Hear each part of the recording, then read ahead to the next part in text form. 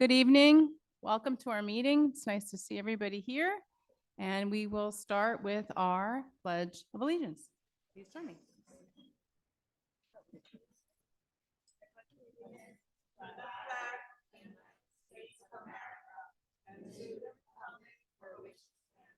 One nation under God, indivisible, with liberty. Mrs. Sugars, can you call the roll, please? Mrs. Stratton, Here. Mrs. Fleischer, Mrs. Gallagher, here. Mr. Greenbaum, Here. Mr. Mayor, Here. Dr. Rude, Mrs. Tong, Mrs. Winters, Here. Ms. Stern. Here. So welcome everybody. For those of you who have either not been to one of our meetings before or you've been here more recently, the order of our meeting is that we are going to have a board recognition, which we'll get to in just a second. Then we will have our correspondence. After that is our first public comment, which is for items that are specifically on our action agenda or for any students who want to speak. Those are the only opportunities. Those are the only folks who have opportunity to speak during our first public comment.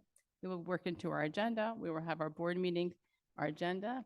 And at the end of our agenda, we then have our second public comment, which is an open opportunity for anybody to speak at the podium. So that's our typical order, and that's what we will have tonight. And with that, I move on to board recognition. Dr. Morton. Thank you so much, Ms. Stern. I'm very excited this evening to have an opportunity to recognize a very special young person with the Heart of the District Award. I'm going to ask Ms. Wilson to come up. I'll meet you up at the podium and we will proceed.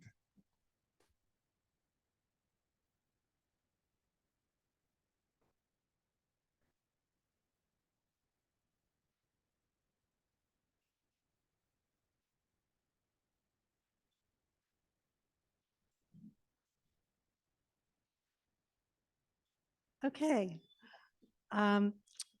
We originated the Heart of the District Award in January of 2020. It's only been awarded once before to a community member who had many years of service at Barton Elementary as a reader for a kindergarten class there. His name was Joel Fleischer. So he was our first awardee. Then COVID hit, and we took a little hiatus from the Heart of the District Award. So this is just our second award for the Heart of the District. In just a moment, I'm going to ask Mrs. Rebecca Tiernan, principal at Cooper Elementary, to come up and say a few words about our award winner. First, I will let you know just what the award is. So the Heart of the District Award is periodically given to a Cherry Hill Public Schools student or community member who demonstrates the heart of the Cherry Hill Public Schools through upstanding character, devotion, and caring that may not be in the spotlight, but touches many and uplifts all. So I will have Mrs. Tiernan come up and say a few words about our winner, Olivia Miller.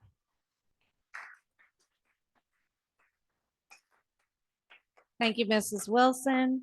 I just want to thank Dr. Morton and the Board of Education for allowing us this opportunity to highlight Olivia tonight. Olivia's teacher, Ms. Brown, wasn't able to be here this evening due to a family emergency. And so I have a few words to share from her and then would like to introduce you to this amazing young lady.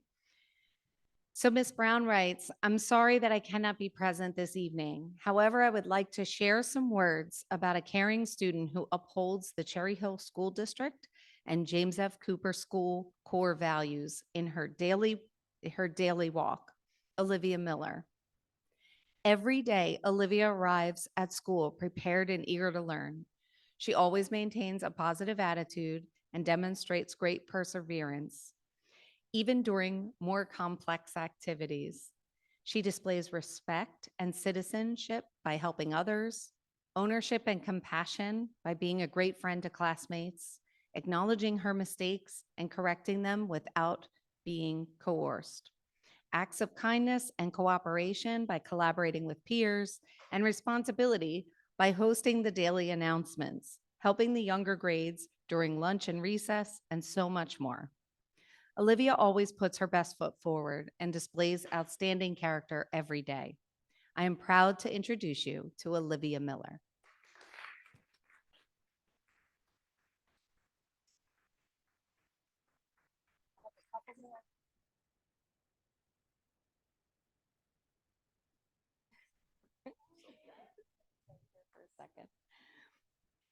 As Ms. Brown shared, Olivia exemplifies our ROAR core values: respect, ownership, acts of kindness, and responsibility. We teach students that character is who you are when no one is watching. She's genuinely kind, compassionate, and hardworking. And at Cooper, we have watched as she began as a shy kindergartner and blossomed into a confident leader.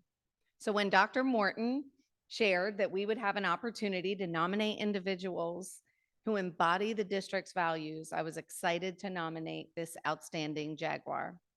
Thank you for giving us the opportunity to share Olivia's story and to recognize her this evening. Thank you again.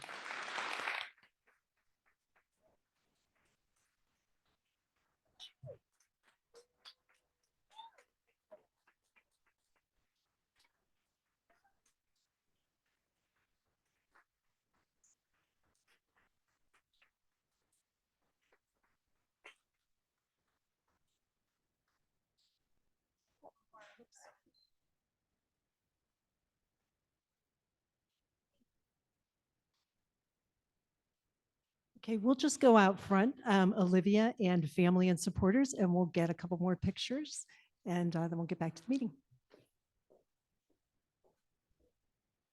Congratulations, Olivia, and your family. Well done.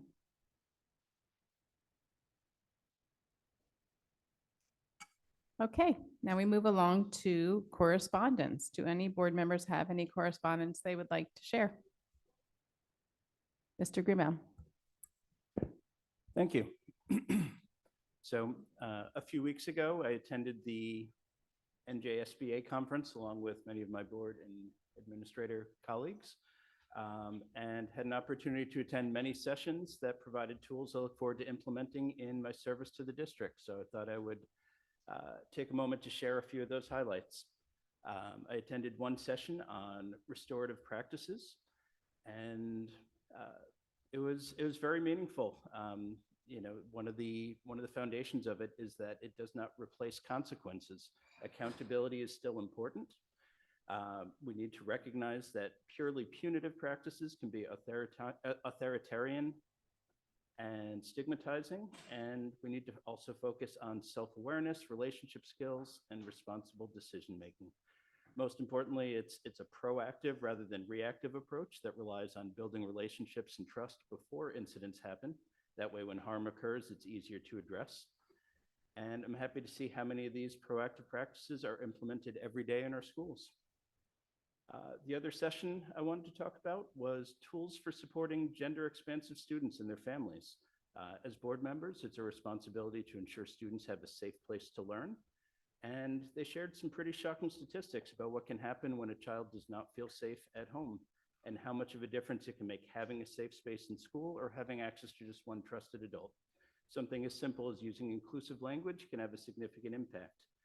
Even the International Plumbing Code has been updated since 2018 to include considerations for gendered bathrooms. And ultimately, it's our role to ensure children feel safe and supported while in our care. Thank you. Great, thank you. Other board members, Mrs. Winters. Thank you. I also attended a JSBA with many of my colleagues here. We got a lot of great information. I made it my business to attend every single session that was offered on preschool. Of course, they were offered on all the different days, ensuring my continued attendance at the board conference. But the cool thing was that I got to see examples of what districts that are a few years ahead of us implementing preschool expansion are doing. Districts in years 3 and 4, what they've learned, what best practices are, what their challenges were, how it went for them in their very first year of implementation, which is on a super tight timeline, as we all know. So I gathered all of that information. I brought it back with me, and hopefully it can inform our expansion efforts as we move forward. it really was a great conference. I collaborated with many of my board colleagues on issues that we think are important going forward, and I'm sure that the community will see the fruit of that as we move on. Right after that, we came back and we went to the East-West football game. If anybody knows me, they know I'm a huge football fan. Mostly I'm there for the marching band, but the game was wonderful. It went to second overtime. Everybody had a great night. The students were phenomenal. It was really nice to see everybody out and about. The game was sold out, and it was a great example of community spirit here in Cherry Hill.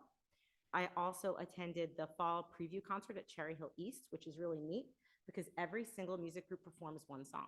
So you get a taste of what all the music groups look like, band, orchestra, and all the different chorus groups. And it was a really fun night for everybody there. And finally, this morning, Ms. Stern and I attended the Ruby Bridges Walk at Thomas Paine Elementary School. I went last year and it was an amazing experience. This year, they actually took it up to the next level. Last year, we did the walk around the school and the students learned about the significance of Ruby Bridges in their class. But this year, the fifth graders actually went to their principal and decided they wanted to talk to their community about Ruby Bridges and who she was and why she's so important.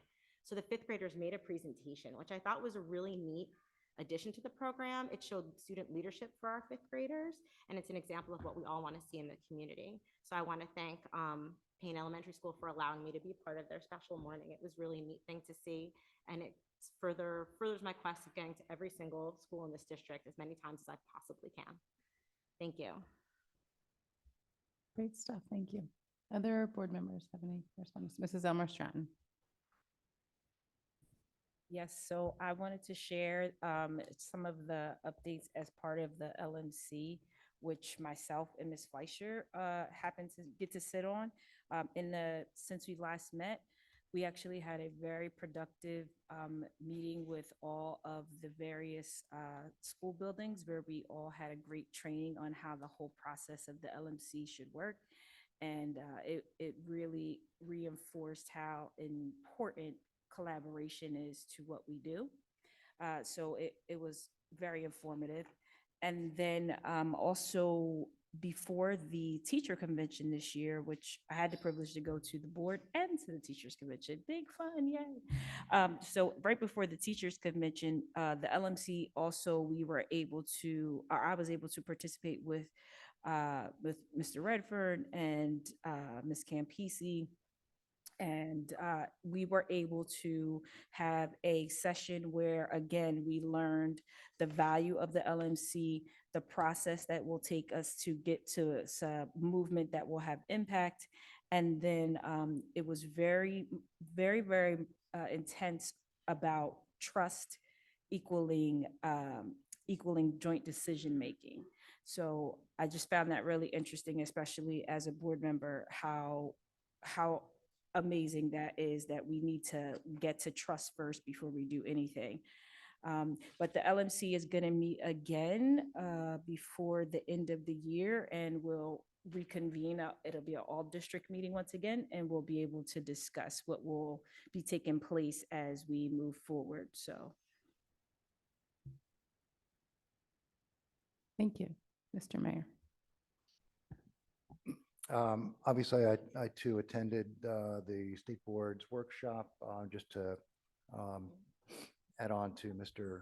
Greenbaum's comments, it's always great to have an opportunity to meet with other board members and discuss with them the challenges that they're having too. And while strength in numbers is somewhat comforting, recognizing we're not alone in dealing with a lot of these issues, what at least I found most impactful was the opportunity to share best practices and learn from best practices that some other districts and experts that gave some of the presentations have, and in addressing some of the concerns and issues that are always top of mind for us, including, of course, the protection of marginalized communities in our schools, not just the students, but also staff, and ensuring that students always have trusted adults that they can go to in times of need and stress. I also had an opportunity to sit in on a couple of sessions that touch upon some of the things that we want to start attacking a little more aggressively with regard to communication, potential website improvements, other communication improvements, technologies that we may be able to utilize here in the district, taking advantage of some of the some new AI opportunities um, and products that might make it a little more user-friendly for us to communicate with and totally engage the community through our website and through other platforms. So more to come on that as we learn more information. But it's good to see that other districts are beginning to pick up on these things, and there are tools out there that look fairly impressive. That I think it would be wise for us to take a good hard look at. I also had an opportunity yesterday to meet again with the CP's exec committee for a couple of hours.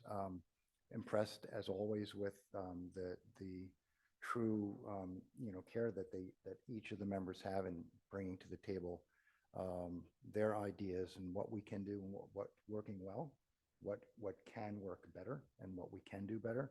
And not to take up too much time, but one of the things that we addressed was the possibility of working through the district to identify teams that we may be able to use to sort of surge support into schools in the event that there is a need for support. It could be any number of different things that could come up. But we have a number of competencies within the district throughout the staff and administration. People who are there are available, are trained, are great listeners, that can be there to support students and support staff. But they're throughout the various schools. If there's an issue at school A, we're going to look at better ways that we might be able to bring them together quickly to surge into a school. And it may be just 2 or 3 people, maybe more. The conversation just started yesterday, so more to come on that.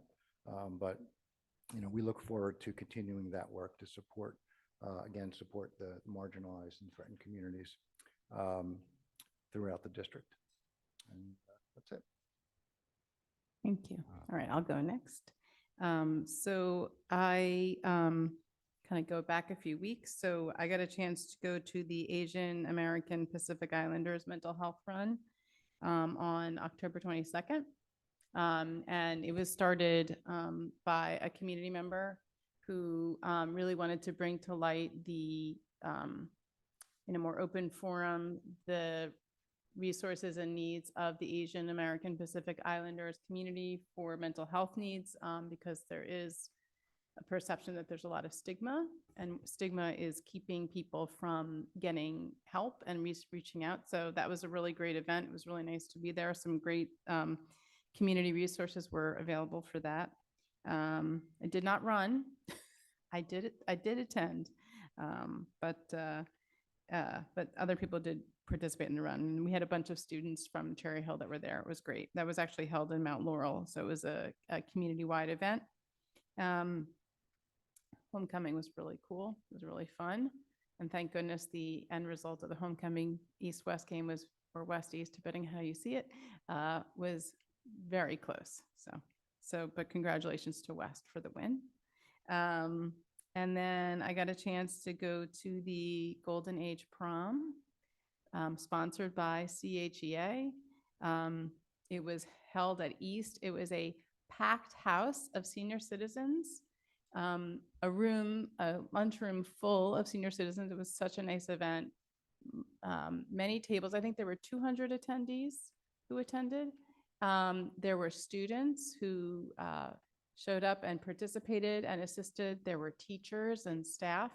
My own kids didn't come, but some of their friends were there helping out. It was fantastic. And the senior citizens who were there ate and danced and danced and danced and danced and put most of us to shame with the impressive dance moves and stamina that they had. So it was a fantastic event, supported and hosted by CHEA. So I was happy to go.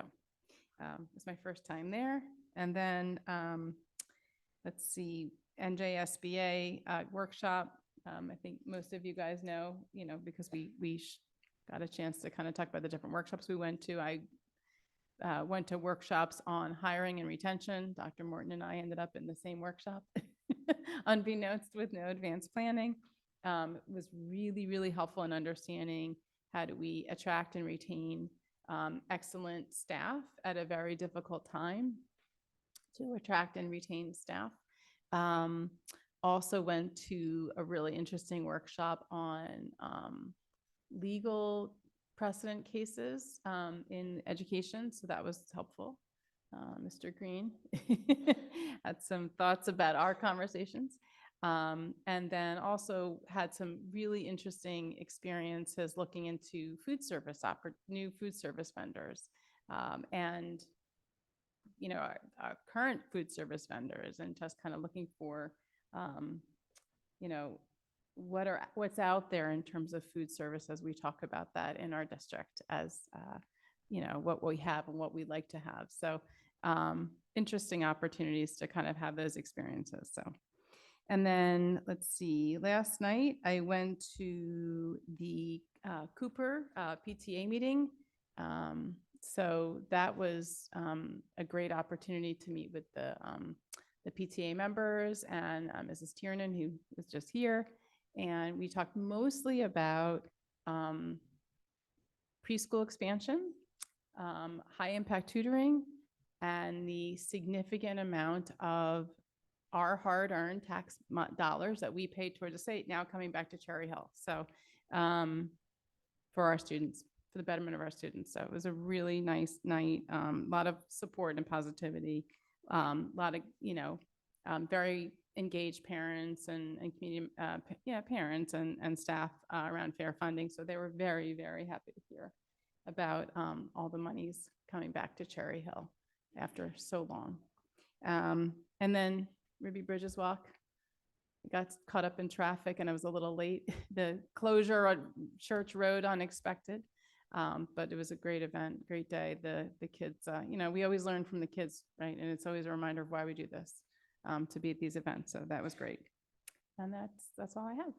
Anybody else? Wait, Mrs. Elmer Stratton. Start, I just want to make sure I also recognize Miss Lori Gibson Parker, because she's also leading those efforts with the LMC, and I definitely can't leave anybody out.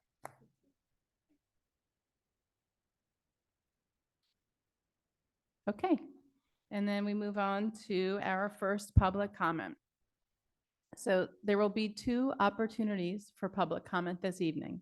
The first public comment session is for board action items only, which are items 17 through 20 on our agenda. There will be another public comment period section on any other school-related topic at the end of the meeting. If you are a student in the district, you may comment on any agenda item during this first public comment period. So we have an exception for students. If you are a student and you are online, please identify yourself with an S after your name. If you would like to speak now, please identify the agenda item and clearly state your name and municipality. We will alternate between speakers here in the room and those who are online. Each speaker will be given a maximum of 3 minutes to speak. The timer on the screen will indicate the amount of time you have remaining. Public comment is an opportunity for members of the community to comment on matters relevant to the operations of Cherry Hill Public School District or within the authority of the Cherry Hill Board of Education. The board welcomes diverse opinions on relevant matters under established federal law governing reasonable restrictions on speech in public forums. Statements which demean individual community members or groups, or which are irrelevant to the operations of the school district or repetitious, will not be permitted. Community members who would like to present information not relevant to the school district are always welcome to communicate directly to the district superintendent, board president, and all board members via email or other alternative means. Okay, so if you are a student and you would like to speak, I would ask you to please approach the podium at this time. If you are a student and you are online and you would like to speak, I would please ask that you indicate that you are a student by having an S after your name. Okay. Are there any students who would like to speak? Okay, not seeing any in the room. Now I will open this public comment up to any adults who would like to speak on any of our action items.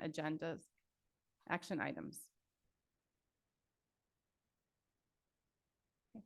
So if you could kindly state your name, your municipality, and the action item that you are speaking on our agenda. Absolutely. Thank you, board. This is first time commenting, so thank you for the opportunity.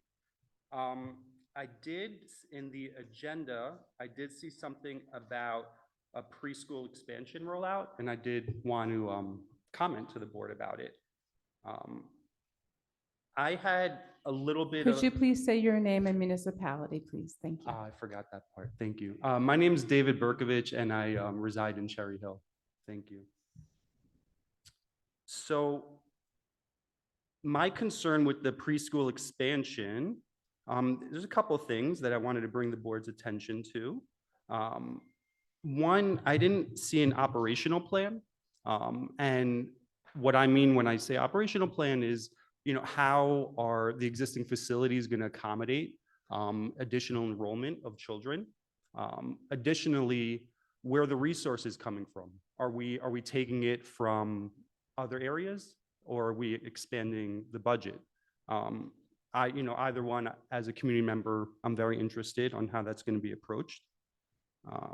And what are we doing with teachers? Are we bringing in additional teachers just for this cohort of kids, or are we certifying our current teachers to, take on this additional role? So those are my concerns. Thank you very much for your time. Have a good night. Okay, now we go to the line, and it is the hand raised is the phone number 788. Could please unmute yourself? My name is Jeff Podowitz, and I live in Cherry Hill, New Jersey. I'm talking about 14.2, approval of Cherry Hill's HIB self-assessment and statement of assurance. You are approving that these grades I'm for sorry, each Dr. school. Podowitz, it's not an action item. Yes, it is. It's 14.2. It's an action item. We are It's not voting being on a- that.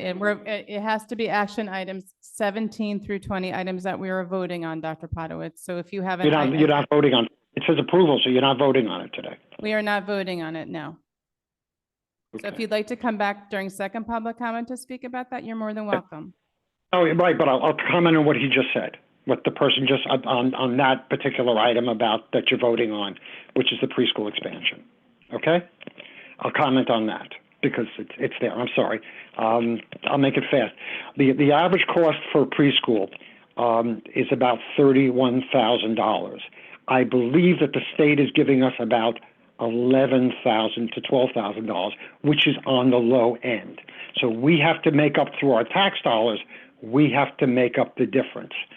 That's what's going on. How we're going to make up the difference, where it's coming from, we could debate on, but those are the numbers, and you can check that out. For the overall school district, right now, as of about 2 years ago, it was $24,000 per student. That was the cost. However, in this particular case, it's limited to 15 students per class. You have to have a teacher and an aide. The buses are more expensive, and when you total things that together, the cost will be about $30,000.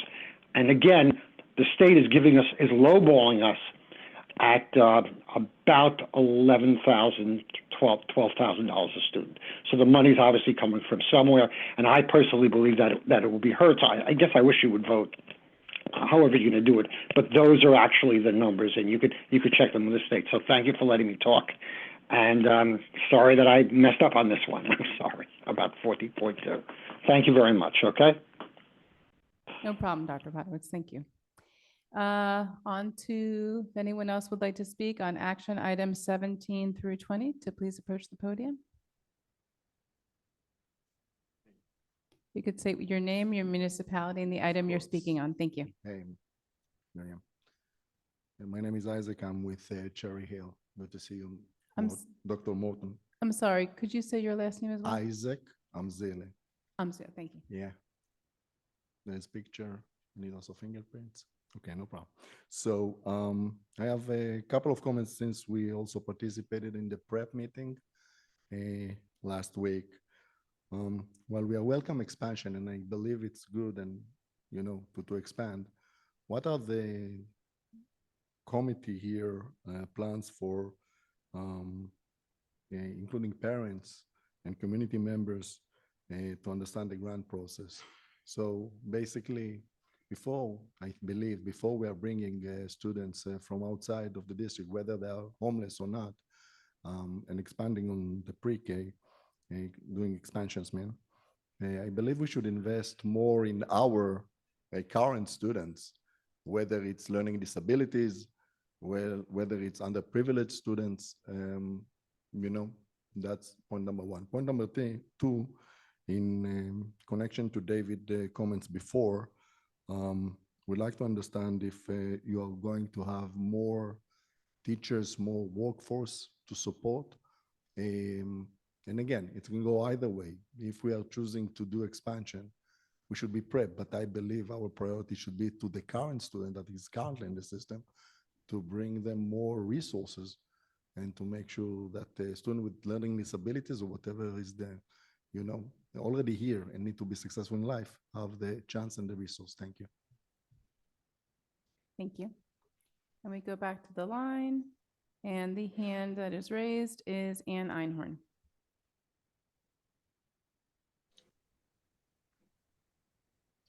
Ann Einhorn, Cherry Hill. So I have a question about 17.4. I'd like to know when the public will have the opportunity to hear a full board discussion on this plan, and also perhaps see this 3-year preschool program operational plan that you're voting on this evening. I don't see anything on your district website regarding what you're voting on tonight, so I feel like I'm very much in the dark about how you're moving forward. 19.1, I see that there are 2 more special education teachers at West that are being lost, and what plans are in place to remove them besides just adding an additional classroom to the existing teachers. And then at 19.4, I noticed 5 new SAC positions. Are we expanding the program in Cherry Hill? And if so, at what schools? Thank you. Okay, and we go back to the room. Rick Short, Cherry Hill, speaking about 18.9. In the name of transparency, I think we would like, in the name of transparency, I guess the question is how many trees are we actually planting in the district? I called one of my experts, Martha Wright, who is an expert in trees. She's very active in the community and she knows a lot about the trees being planted around the town. She was bewildered, and I was also bewildered with some of the numbers, because if you're getting $250,000 in money, are we using it per seed? So that means that we take a seed and let's say it costs $10.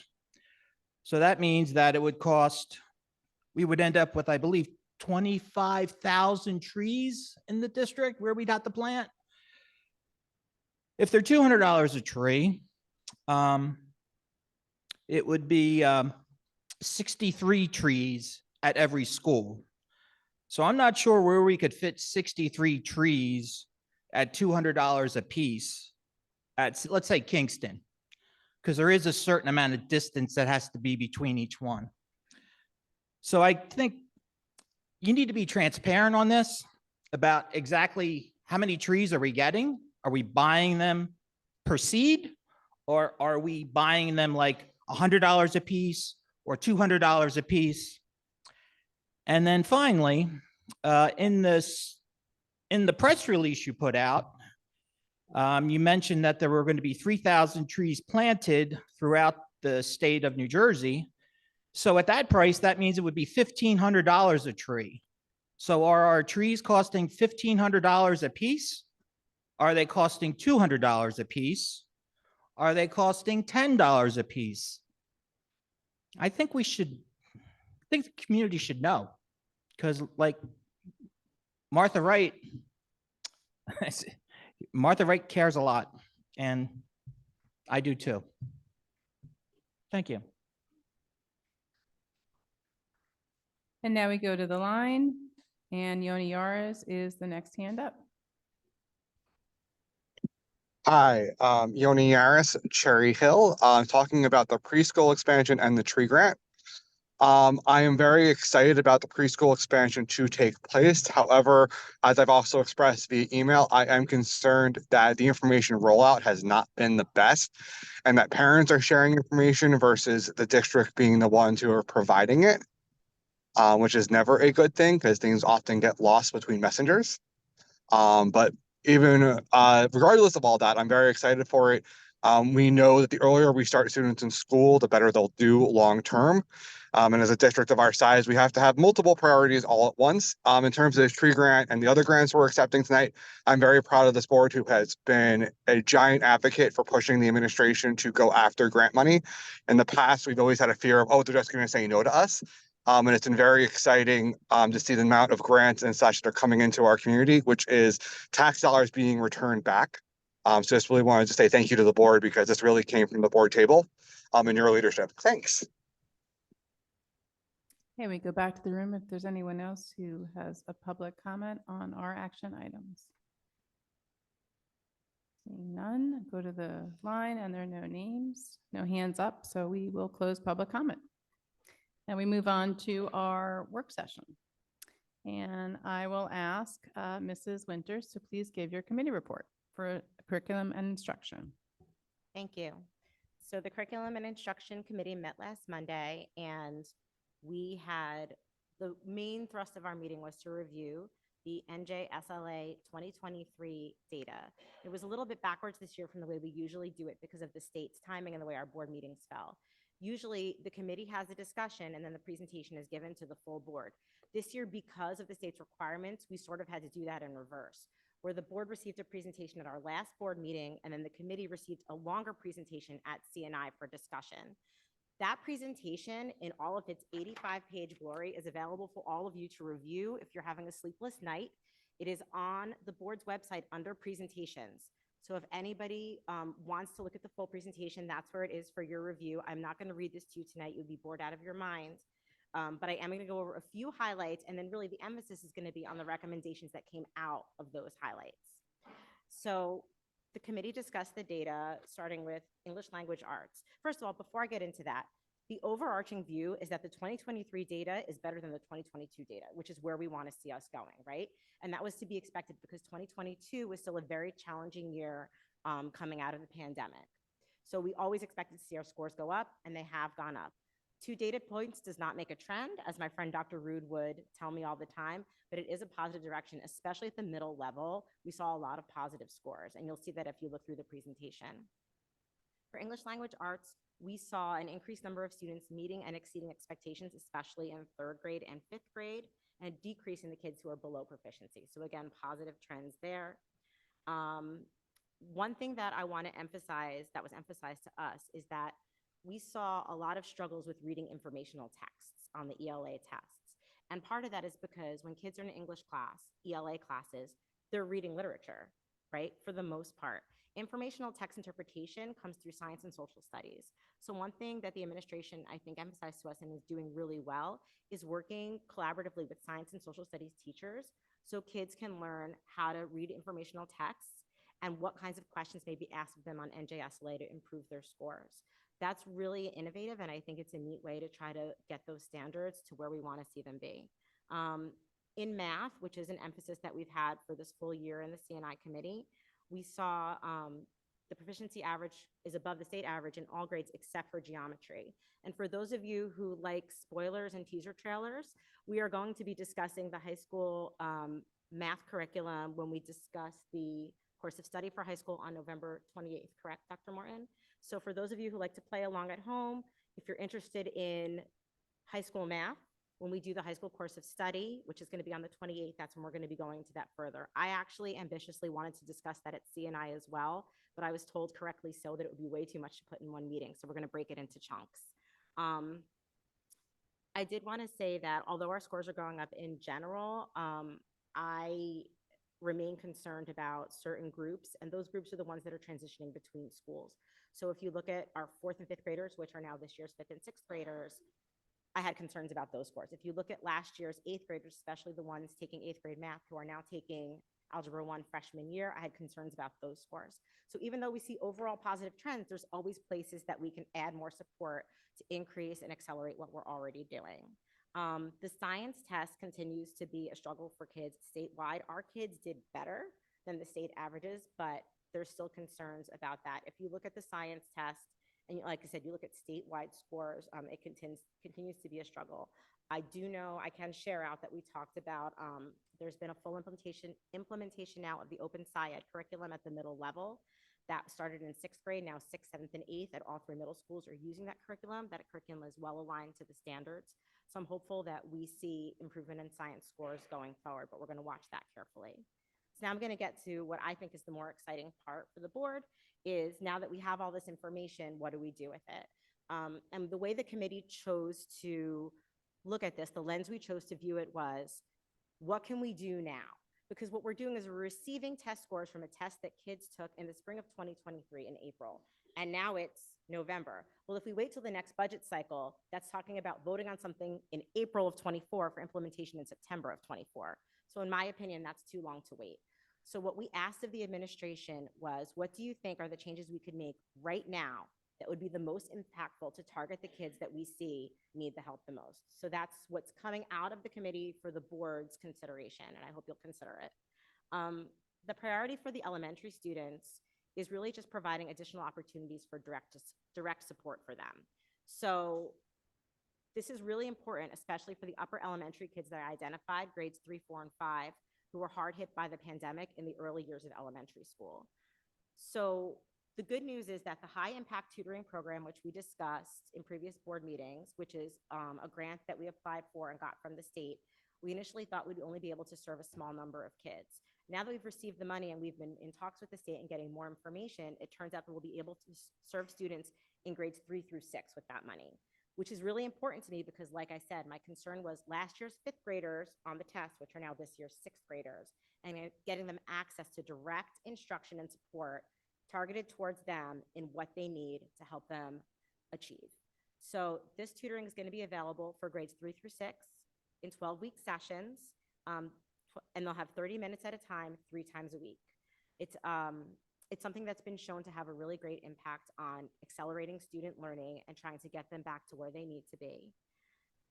So for us, when we discussed that with the administration, and I met with Dr. Morton on Wednesday last week, we talked about the administration thinks and the committee agrees that that's sufficient to address the things that we need to see in the elementary level for direct instruction this year. But that obviously is a one-time grant program. So then the question becomes, what next? So the committee is asking for consideration by the full board of adding basic skills teachers at the elementary level. Currently, we only have 7 of our 12 elementary schools that have access to a basic skills teacher. Now, it's not one teacher per school.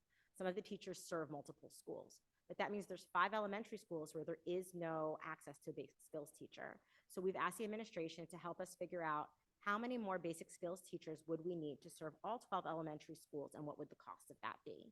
And that goes to some of the comments Mr. Mayor has made about serving the students where they are. So that's something we're looking forward to cross-collaborating with the BNF committee. And I'm hoping we're going to have a fuller discussion of that in committee of the whole in December. I hope I'm not stealing your thunder, Mr. Greenbaum. Nope. Awesome. Good. So that's going to be a further discussion, but that's where the discussion is headed for elementary school with targeted instruction for students. At the middle level, right now, the biggest need that was identified by the administration, and the committee agrees, is ELA support. So right now, for all 3 middle schools, there are 2 English language arts support teachers that provide direct support to students. There's one for Carusi because that's our Title I middle, but Beck and Rosa share an ELA support teacher. The administration is recommending, and the committee agrees, that we should add 1 position, an additional ELA support teacher, so that each middle school has an ELA support teacher. And this would especially impact our 504 students and our kids who are in INRS.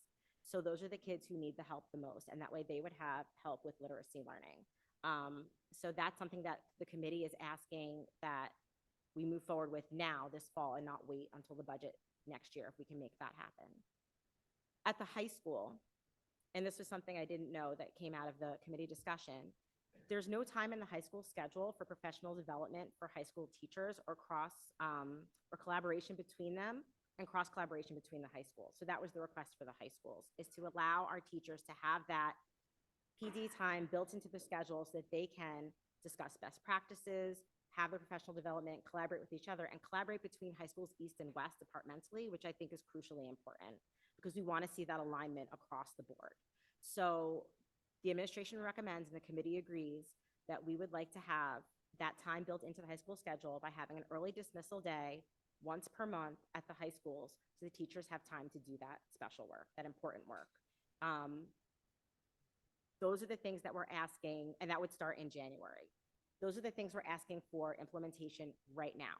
If you read through this report, which again, I will not bore you with, there are a ton of other recommendations in here and a lot of positions, including coaches, that are being asked for.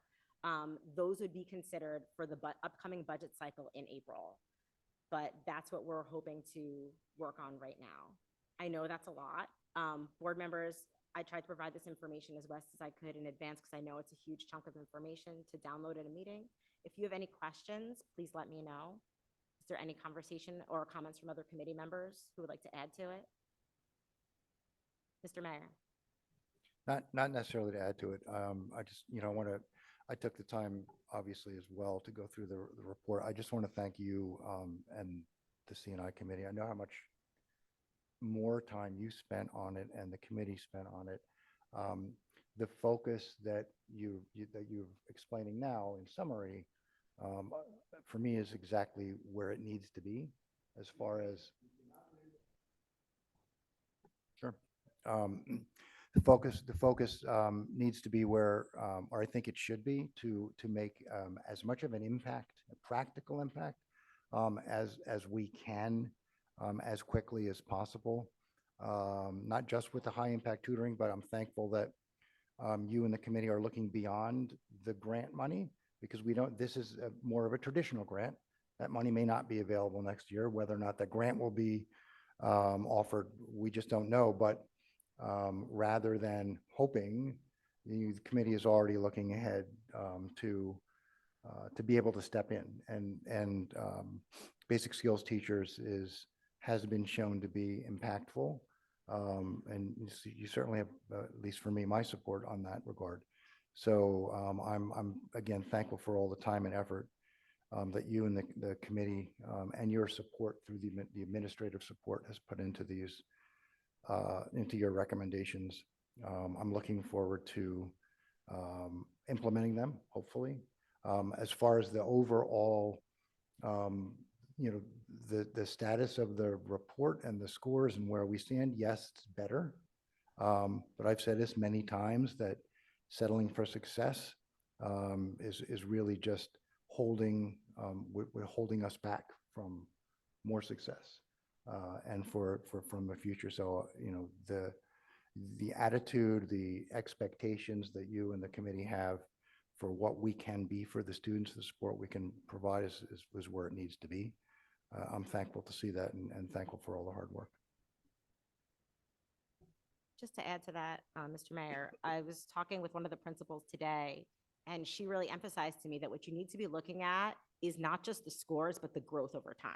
And that's something that Dr. Rood has emphasized. I wish he was here tonight because he's really our data person on the committee. But that's something that, we need to think about, that really what you're looking for is year-over-year growth. And how are we improving? And that's really the metric that we should be focusing on.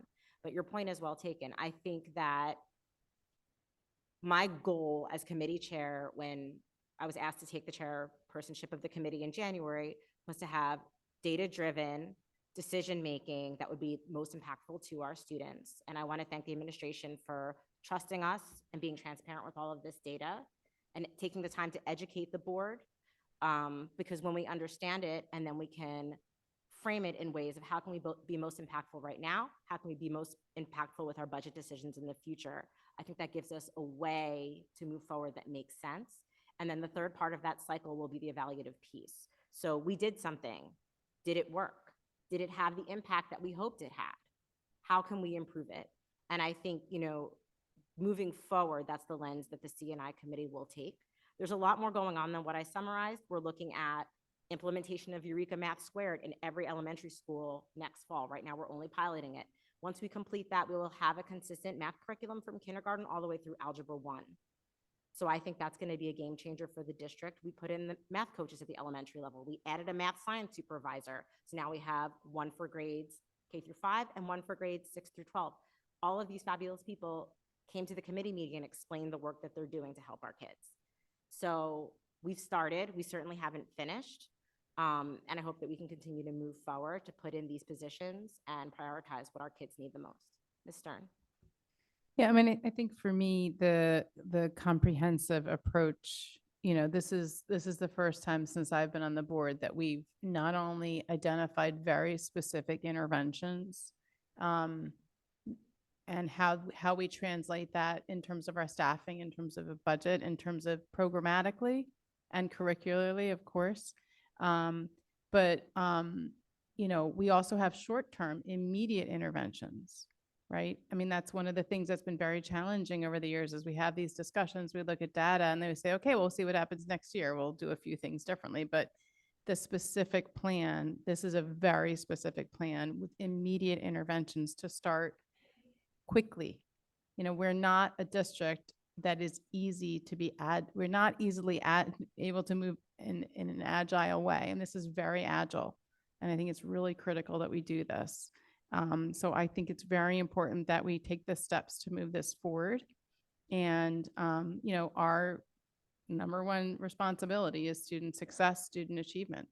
This gets there. And you left something out too, Mrs. Winters, if I could just add. And that's another critical piece. When you look at a comprehensive approach to student achievement, preschool is part of that. High quality, full day preschool is a critical part of a comprehensive approach, not just for our gen ed students, but our special ed students in general as well, because those kids are going to get identified early.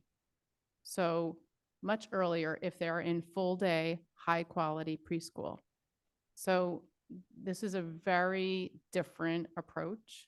It really looks at the individual students that need assistance, and supporting that budgetarily is critically important. So for me, it was a very long and helpful and exciting meeting. So thank you, Dr. Morton, for really responding to the board's conversation and request to have that kind of approach. It's really, for me, it's a game changer. Year 3 on the board, it's a game changer. So. Ms. Elmore Stratton. I know I'm on the curriculum committee, but I missed committee meetings. So my first question is with the half-day PD implementation, there's no budgetary implications with that, right? Impact. No. We looked at doing it 2 different ways, having the kids come in late, which I'm sure they would have loved, or having them, everybody would love, or having them leave early. And it was determined that with the transportation needs, it would be more fiscally responsible to have them leave early. So sadly for my son, he will still have to be at the bus stop at 6:45. No, that sucks either way. But do we have, because I know we're not the first district to ever implement something like that with PD, right? Like I know Philadelphia did something similar a couple years ago where they were like off every Friday or something for PD, or one Friday a month, all schools were doing that. So do we have any districts that are around this area that are doing professional development that way? I don't know. My understanding is that this recommendation came out of our lead principals. Is that correct, Dr. Morton? No, I'm wrong. I'm gonna stop talking now and let Dr. Morton talk. Yes, so over the years at the high school level, we've explored various ways to give teachers an opportunity to engage in this professional dialogue, professional learning communities, meetings as we call them.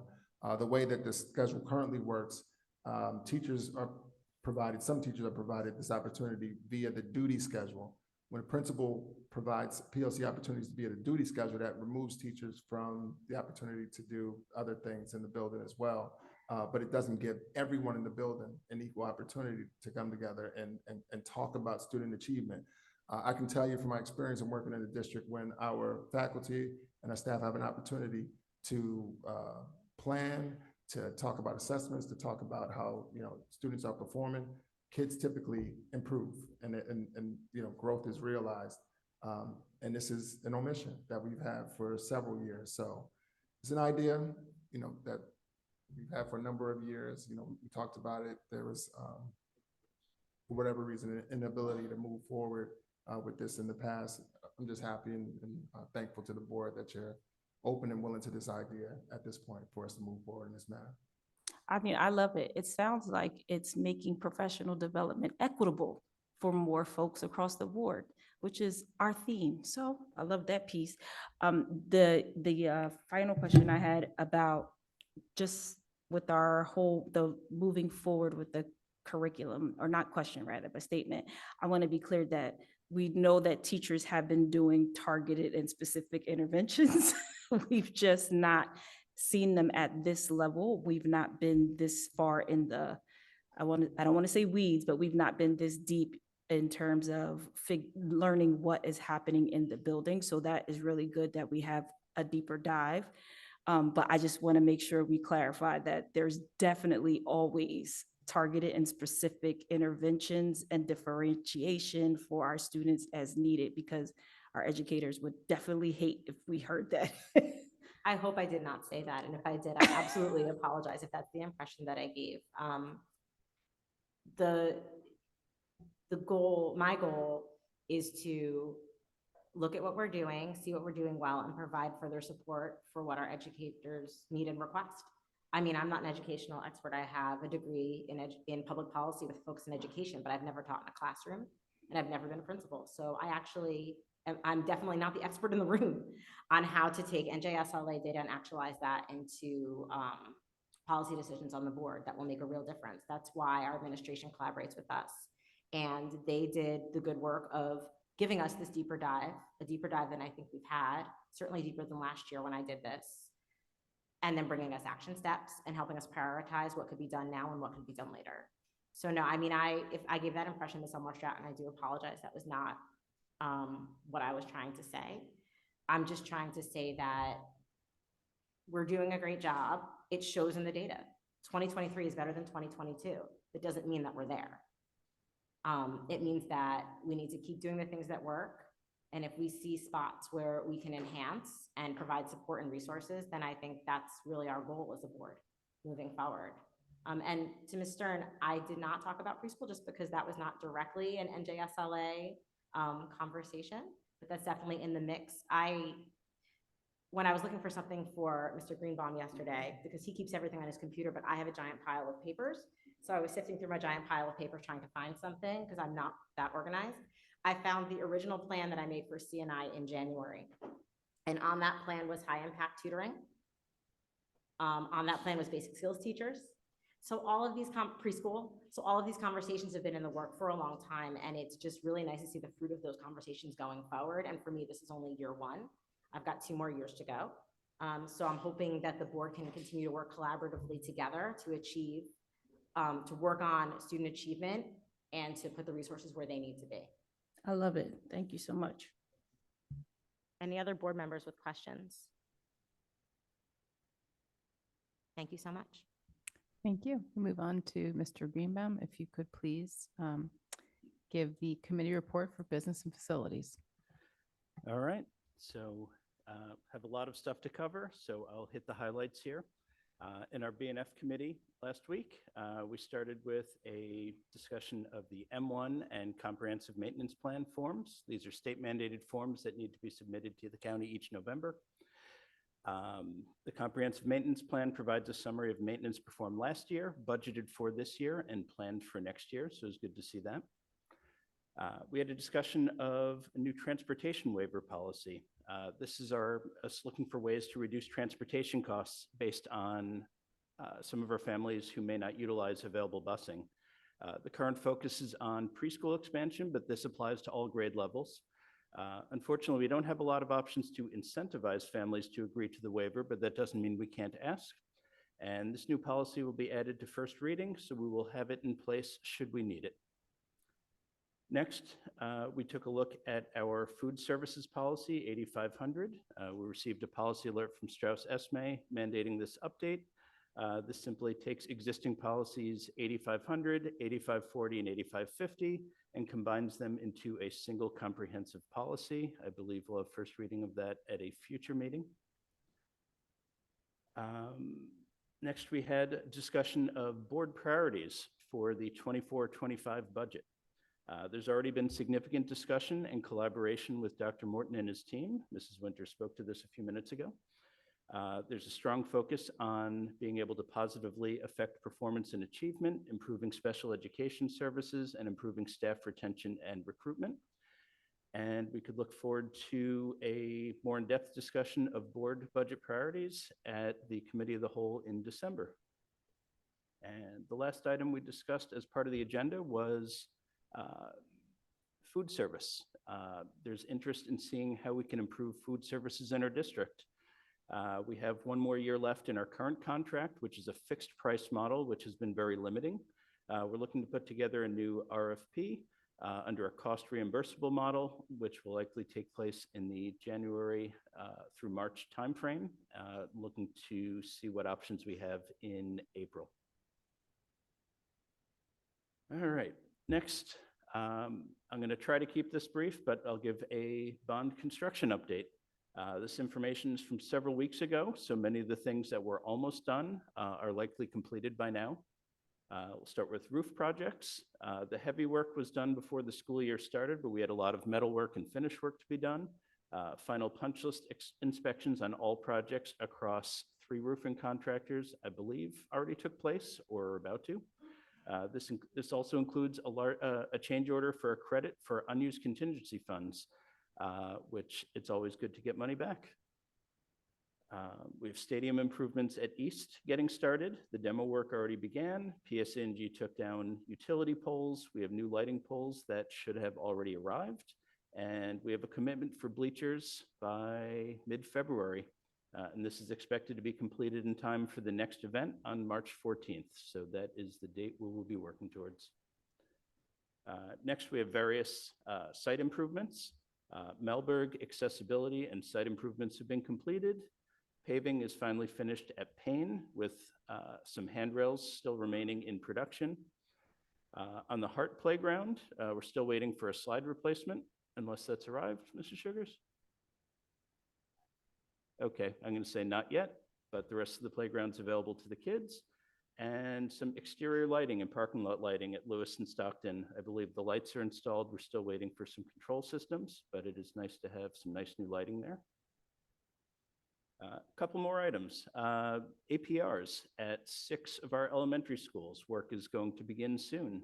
We could expect to see footings and foundations at all 6 APRs, I believe around the January timeframe, after which progress will be a little bit more visible. 4 out of the 6 schools will have impact to play areas. Currently working with building principals to see if we can provide some alternative resources for recess. And anticipated completion of APRs is May of 2025, with some relocated playground work to likely push out into that summer. Lastly, for construction updates, we have Carusi. The projects will be going out to bid in late winter, probably in February, with contracts in place by March. The bulk of this work will be very disruptive and will be completed over the summers of 25, 26, and 27. And temporary classroom units, or TCUs, should be up in spring of 2025, and those will be used on a rotating basis as different parts of the school are under construction in an effort to minimize disruption. All right, lastly, save the best for last. I wanted to celebrate some recent wins. It's always exciting to be able to share some good news. As I'm sure everyone's aware, we were awarded a $3.4 million preschool expansion grant, which will turn into a regular funding stream next year as we continue to grow. As Mrs. Winters mentioned, we received a $460,000 high-intensity tutoring grant, which will provide targeted ELA and math intervention for up to 800 students in grades 3, 4, 5, and 6. And most recently, I think I'm allowed to say the amount, Dr. Morton? All right, well, I'll say the amount we applied for and what we hope we got. We applied for $5.7 million and hope we get it. We were awarded the grant, we're just waiting for specific amounts for in-district preschool expansion, which will cover at least 40% of new construction costs to add classrooms at Melberg and Kilmer. So in total, that makes $9.5 million in new funding to the district just in the past month. So I am very excited about that. All right, and thank you for letting me share the good news. I know that spans a lot of committees, but very excited to bring in new funding. And with that, are there any questions or comments from other committee members or board members? Yes, Mrs. Winters. I just wanted to bring it down to the micro level. I was at Payne today, like I said, for the Ruby Bridges Walk, and I got to see kids playing on the new playgrounds. And I got to see the fencing that was put in so that the multiply disabled self-contained class can go outside and play on that playground as well. And I got to see the equipment that's there that's sensory just for them. So I just want to say that it's amazing to watch the tangible work that the BNF committee and the whole board are doing to improve things for kids in the district.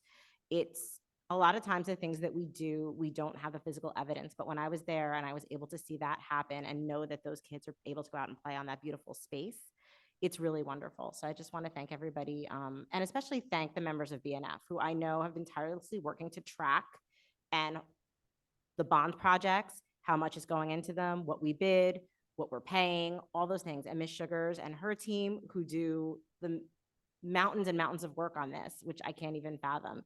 It's something that it's not work that I think my brain could ever do, but I'm so thankful that you all do it for us and keep everybody accountable. So thank you. Thank you. Ms. Stern. Two things. I'm sorry, I think we just need to keep saying it.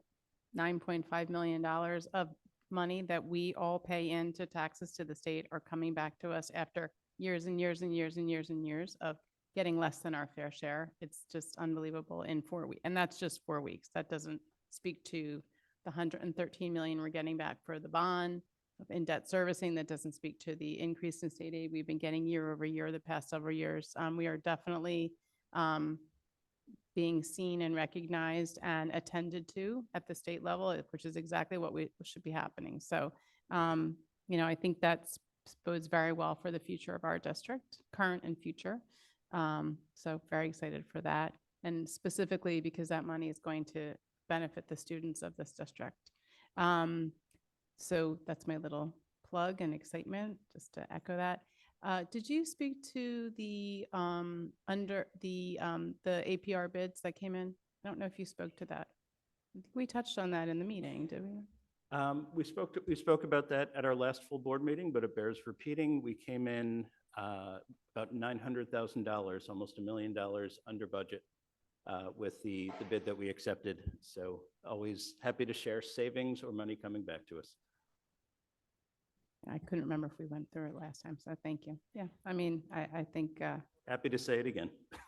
win-win-win. Thank you. Thank you. Mr. Mayor. Just to echo and add to Mrs. Stern's comments about the money that's coming back to us, the term unbelievable is, I would use something very different. It's about time. But it's believable because of how much work has gone into the grant research application hours that members of the district staff have put into ensuring that the district begin to receive those monies that the children of the district currently and in the future so badly deserve. So, thank you to the administration. Thank you to the teams that worked on the grants, Mrs. Sugars and your team, for ensuring that they always have what they need in support of those grant applications. And it's about time. But thank you to all of you. One quick question on the work at Carusi. The discussion with regard to temporary classroom units was one that I had the pleasure of being involved in for quite a while before you thankfully and thanklessly took that position from me or for me. Where do we stand? Like how has that shaken out, or has it? Is Garrison still exploring different options? Have they been secured, and what is that going to look like?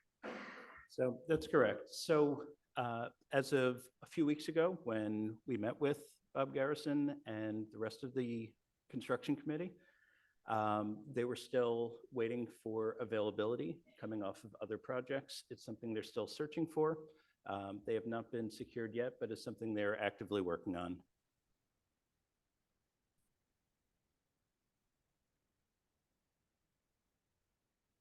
Any other questions from committee members, other board members? Okay, I'll just add a thank you to fellow BNF committee members, Mrs. Sugars, Dr. Mahan, Dr. Morton, and everybody else who had a hand in all of this and in helping secure more funding for our students. Thank you. Thank you, Mr. Greenbaum. And we move on to Mrs. Elmore Stratton for the Human Resources Committee report, albeit probably very limited, but nonetheless. Sure. One second, just need to pull my notes. So I'll first say that again, kudos to Ms. Sugars and her team.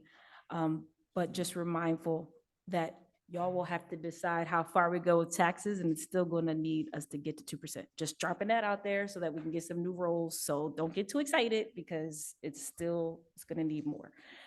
So good luck with that.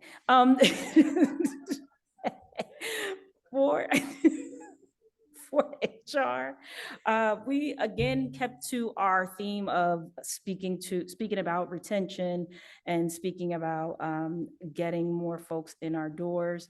So we're consistently right now just pushing for our specific roles in, I believe it's not special education, foreign languages and ESL. And I know that myself and Mrs. Lieber, when we were at the conference, we actually spent some time trying to get in with other districts to see how they were handling their lack, and they are lacking in the same areas as us. So just putting that out there. We also talked about we had an update on recruitment for SAC and preschool. And I love that Ms. Lieber, again, has been working with the SAC team to help them. So I know someone mentioned in all of the SAC positions that we're approving tonight.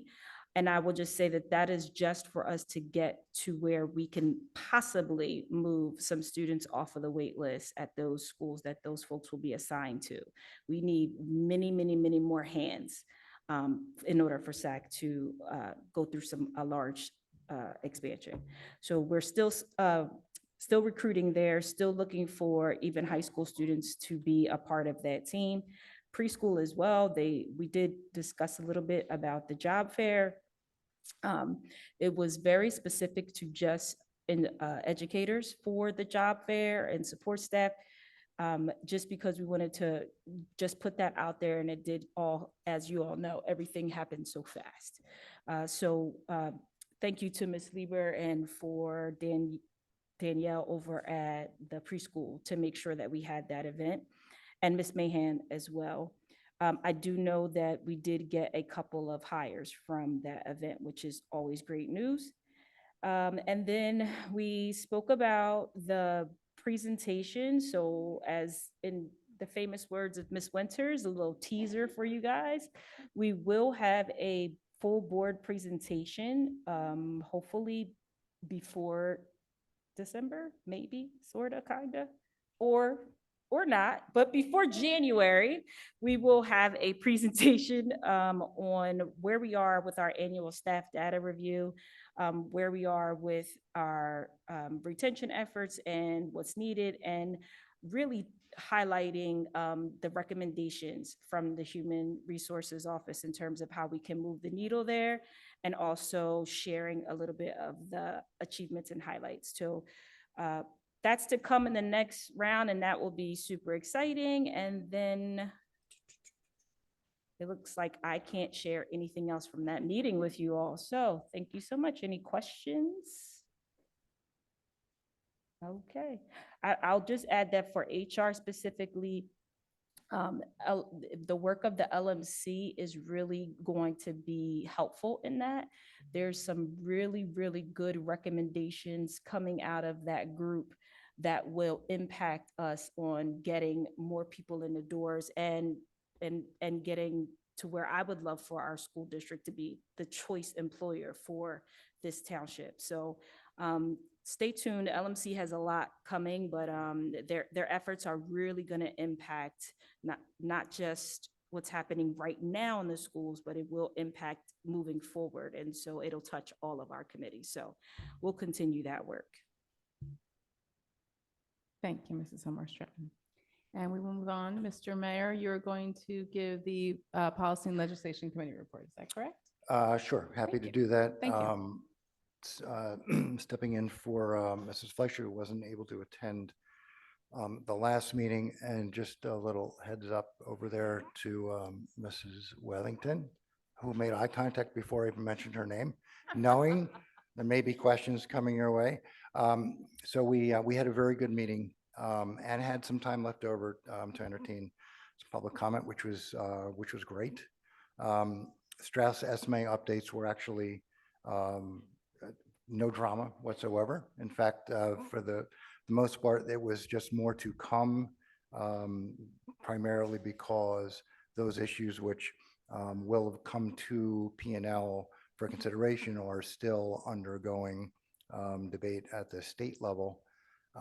So the updates were less than, there was not a ton of content there, because we're just kind of wait and see holding pattern from the state on a couple of different issues. HIB grades, we had a good discussion about. The takeaway, good takeaway is that every school, all of the schools were proficient. There were no deficiencies noted in any of the schools, which is great. But again, I'm going to repeat what I said before. That isn't always enough. We're always looking to find ways to improve. One area that we recognized as potentially an issue was Kilmer's numbers were lower than the other schools, however, better than last year. Right? So even though their grade was the lowest of the schools, it was an improvement over last year, and an improvement despite the fact that unfortunately they had gone through some changes, more so than the other elementary schools, but changes which now are beginning to stabilize now with the administration. And I think Mrs. Wellington would also agree, but feel free to chime in, that the likely reason for those numbers being a little less than other schools was the result of the turnover at Kilmer. And now that that has begun to stabilize, we have every expectation that those numbers will turn around and will continue to move in the positive direction that they've already begun to move in. But always bears watching, right? And anytime a number is not what we want it to be, we pay a little bit more attention there. So we're going to continue to do that. And the fact that glowing numbers, these are the HIB grades, by the way, which are self-reported. So this is not the state coming in or an audit coming in and checking off boxes. This is how well does our staff think that they are doing themselves. And the fact that they see room for improvement, I see as nothing but positive, because that means that they recognize there's still work to do. There's improvement on the way. And we are in the process of identifying supports we can bring to each of the schools to make sure that that happens. With regard to first and second reading of policies, I'll just briefly go through those. Again, really nothing dramatic there. Policy 2270, religion in schools, just a really very minor language changes, all of them with regard to this policy and the other policies that we discussed. These are language changes which are to align with the current statutes. So these are not discretionary changes that our district or other districts are looking to do. These are just to align with where statutory changes have been made as well. And with regard to prayer in schools, that is just to ensure again that none of the schools are putting any roadblocks really in the way of students who wish to take advantage of opportunities to pray in school. That is not a change. There's nothing different from what is already being done. It's just some minor changes. Policy 5111 which is the eligibility of resident and non-resident students. Again, there's a lot of language changes, deletions, and addition, but all of that was, again, just to align with and clarify what is in the current statute. No programmatic changes, no policy changes as far as the way that the district maintains this particular policy. That does not change at all. Similarly, policy 5116, which is education in homeless students and youth, same thing. These were just relatively minor changes to align with new statutory regulations. The biggest change there is really the term of years. Currently, where there is a declaration, whether it's a federal or a state declaration of an emergency, our district is responsible for 1 year of having that student in district. The district from which the student is coming is responsible for year 1. We would be responsible for year 2. That's the way the current policy is written. The new change would require our district to be responsible for years 2 and 3. So it extends an additional year, which is in support of making sure that students who are displaced as a result of a declared natural emergency, where there's a declaration, has a home in a school district. And if that home is with relatives or others within our district, then we would be providing that education. The second reading of only one policy is up for second reading. That's 8462.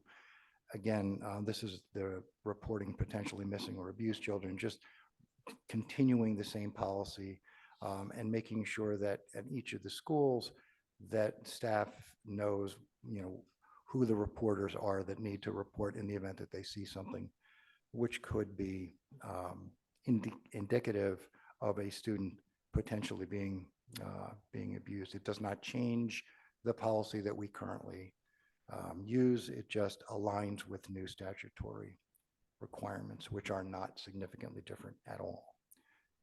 Those are the policies, and we did have a brief opportunity to listen to public comment, at which we only had a handful of minutes, but it was good to have a few community members present that spoke, and really just seeking some additional clarification of what were we talking about at the time. And hopefully that'll continue, because it's part of what we want to continue to be able to do, to be even that much more transparent and engage the community as much as possible. That's it. Any additions, questions from other members of P&L? Other questions from the board? All right, thanks. That's it. Thank you, Mr. Mayor. And Mr. Mayor, again, if you would kindly give the Strategic Planning Committee report. Double duty tonight. Double duty, and since I am also wearing the double colored shirts like everyone else, I'll just flip to the other side here. Yeah, so strategic planning, another very good meeting. 2 important updates with regard to issues that we've brought to the board before. We had talked previously about the demographic study and the importance that we place on doing it, and thank you for the support that you've already provided in recognizing the need for a new demographic study that we're going to undertake, and to ensure that the district is in the best possible position to accommodate not just the students we currently have, but those that we are likely to be serving in the near future. Looking some years apart, it's just not good enough, which we recognize, for us to make our own predictions based upon what we think is going to happen, but to rely instead upon experts like Dr. Grip and his staff to be able to do that for us and provide us with the data, the insights, and the information that we can use to then more appropriately allocate resources to address those needs in the future. It is anticipated that Dr. Grip is going to begin to work on that in January. So first quarter of next year is when we expect that work will begin, and we should have a response also towards sometime in the middle, maybe later part of the first quarter of the year. Total cost at approximately $27,000. It is not anticipated that we as board members would necessarily be involved in that, although if there are any particular questions or support that he or his team needs, of course, they'll come to us. We also had an update with regards to the communications audit. Again, just as a quick reminder, the communications audit's never been done in our district. We know we want to be able to do as much as we can to improve communication across different platforms on the community in order to engage everyone from students, staff, community. And we know that there have to be ways that we can improve upon that. It's not enough for us, again, to say, well, we don't like the way this is working. Let's have some experts take a look and see what are the best practices? What are we doing? What could we be doing better? Where are the gaps? What can we do to address those? So that work will continue also. In January, they're going to begin that audit. It is going to take place it's going to feel a little bit like the HYA work to identify permanent superintendent. They're going to set up meetings with stakeholder groups. They're going to identify various stakeholder groups. There will be interviews. Because they want their input. It's not enough to hear just from us. We want them to hear from the community, from the staff, from the users of the communication. What do they like? What don't they like? And so that they can factor that into recommendations that we can take advantage of. The cost of that also is approximately $25,000, and that money is available and budgeted appropriately. We had a discussion also, and thank you to Mark Pawlinski. I gave him he's hiding in the back corner for attending the meeting. Look, our website is not as great as maybe some users would like it to be. I'll just leave it at that. And there are some. Here's what we talked about. We talked about what can we do now, or what tools may be available embedded within the website to improve its functionality. And there may very well be some. And Mr. Pawlinski was able to, first of all, be a great listener, recognizing that it is a tool, and like any tool, there are probably ways to use it better. So he was kind enough to listen to, some concerns that we brought from our side of the table. Was also there to listen to, some ideas, concerns from the community, because we did have some time left over for some public comment. And thank you, Mark, for attending, for being there, for listening, for taking notes. Already one issue was brought to the committee, which was resolved within 24 hours. And specifically, that was the ability to translate website content into Hebrew. That functionality exists, and Mr. Pawlinski was able to help point that out. But more work, that's going to be also part of the communications audit. So as they look at that, the website being a key piece of that, they're going to take a good look at that and likely give us some recommendations there as well. So those were the high level discussion items. The Sustainability Committee was unable to meet the previous month, so we did not have an update. Expect that Dr. Rood will update us in Committee of the Whole next week. And that's, those are the highlights from SP.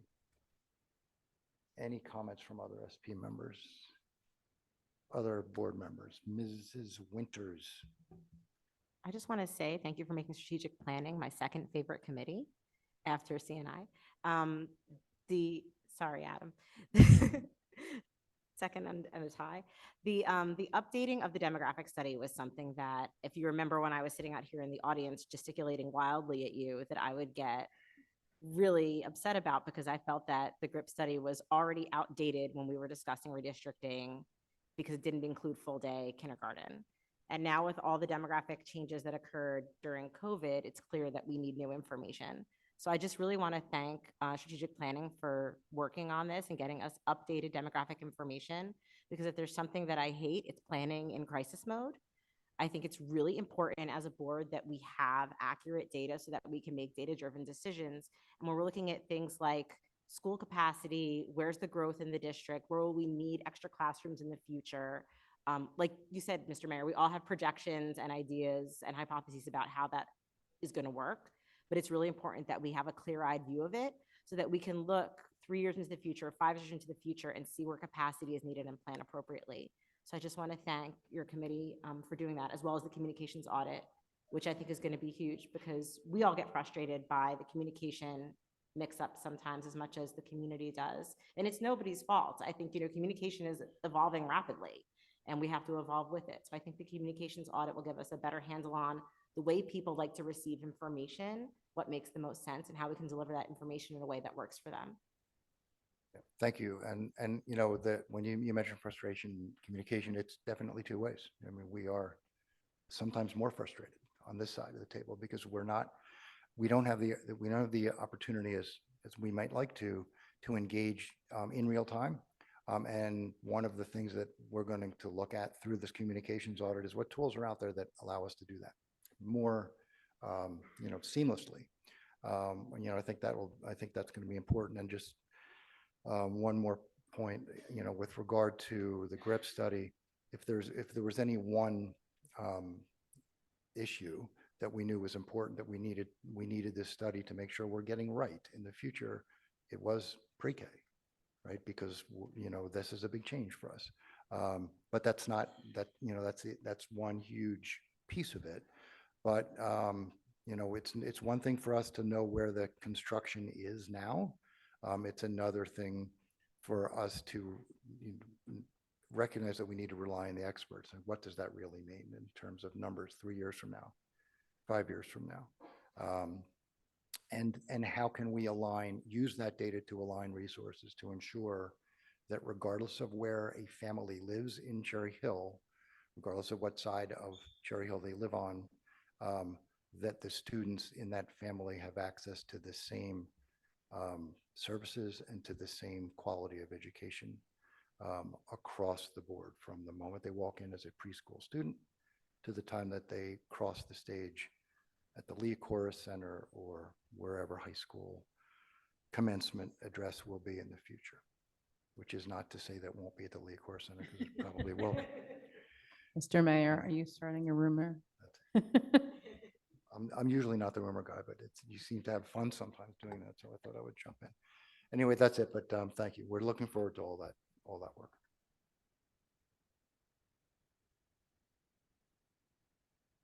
I'm sorry, Mrs. Gallagher, yes. That's fine. So regarding the communications audit, you mentioned that there would be meetings with stakeholders. Will there be like a community survey as well? Yes. Okay. That's the quick yes. No, the specifics of how that would put together, we didn't get into that. Okay. But that is a discussion we probably should have, because we want that also to be as effective and impactful as possible. And also, how is that going to be communicated? Well, that's right.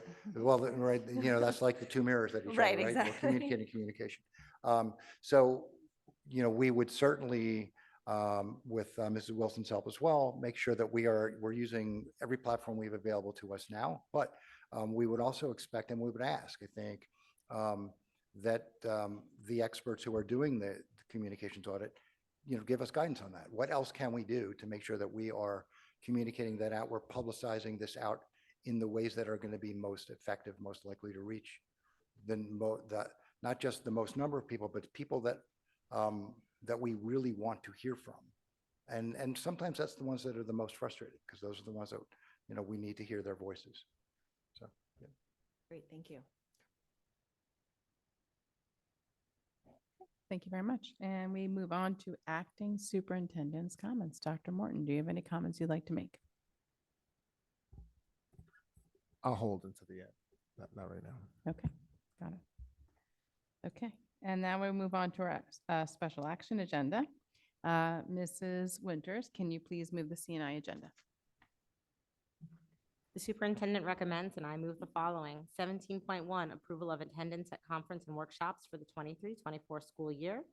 17.2, approval of nursing services plan for the 23-24 school year. 17.3, approval of the fiscal impact of the professional development plan. And 17.4, resolution authorizing the submission and acceptance of 3-year preschool program operational plan. Do I have a second? Ms. Stern, are there any questions? Ms. Elmore Stratton? Yes, I love that your excitement right now. Just a little For bit. 17.3, are we approving for that says 22-23? Should that be 23-24? Or are we? Because the plan we received, I think it said 23-24.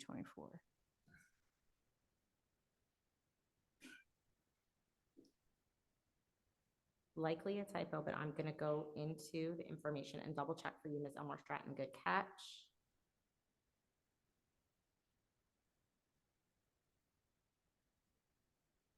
Dr. Morton, if you're faster than me, please let me know.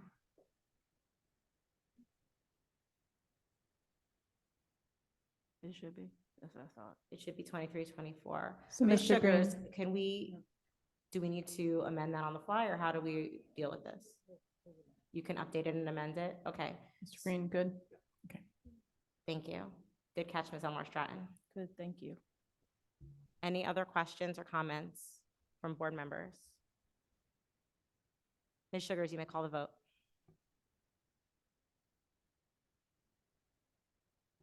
Board members, you may cast your votes.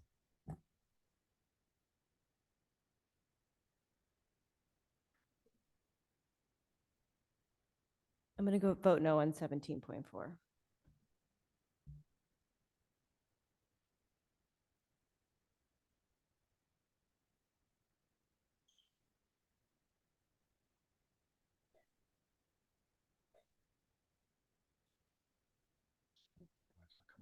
So, Mrs. Sugars, I'm voting yes on all the automated voting magic is not working for me.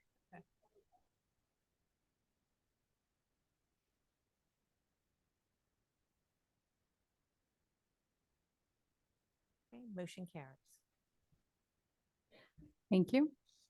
And now we move on to business and facilities. Mr. Greenbaum, can you please move the BNF agenda? Thank you.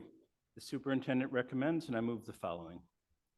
18.1, approval of bill lists. 18.2, resolution authorizing the use of contracts with approved national cooperative for vendors to provide goods and services. 18.3, resolution for the award of change orders. 18.4, approval of Cherry Hill, McKinney-Vento, DCP, and P students going out of district for the 23-24 school year. 18.5, reading of first policies. 18.6, approval of submission of New Jersey Quality Single Accountability Continuum, or QSAC, Direct Performance Review, DPR. 18.7, submission of comprehensive maintenance plan in M1 form. 18.8, a resolution authorizing competitive contracting for the procurement of high-impact tutoring services. 18.9, resolution for acceptance of grant, Trees for Schools grant. 18.10, acceptance of the New Jersey Community College Consortium for Workforce and Economic Development Grant. Do I have a second? Mr. Mayor, any questions? Okay, seeing none, Mr. Sugars, please open the voting. Board members, you may cast your votes. Mrs. Sugars, I need to abstain from bill list number 9, Jewish Federation, on that bill list to avoid a conflict of interest.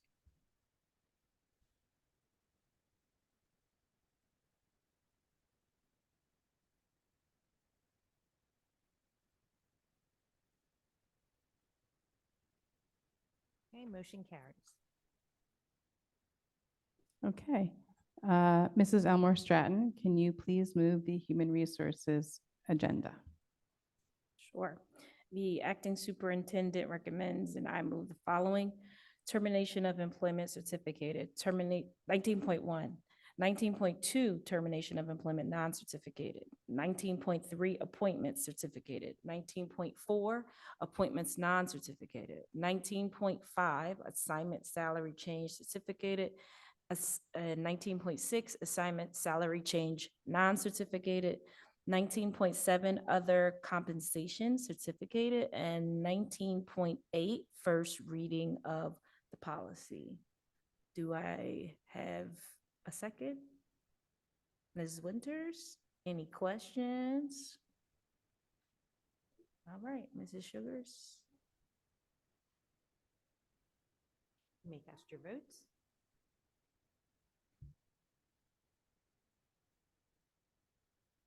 Ms. Sugars, I need to abstain from 19.4 for conflict.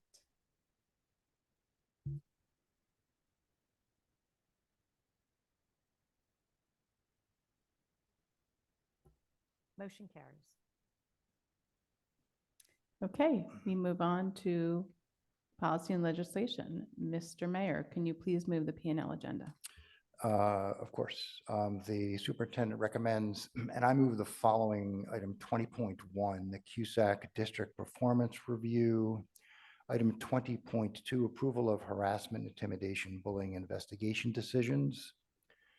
And 20.3, consent to approve 20.1 and 20.2. Do I have a second? Mr. Greenbaum, are there any questions? Seeing none, Mrs. Sugars, would you open the voting? Board members, you may cast your votes.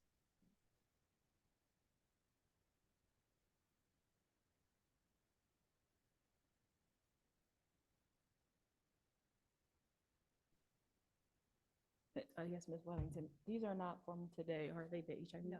That's what I thought, okay. Thank you. Motion carries.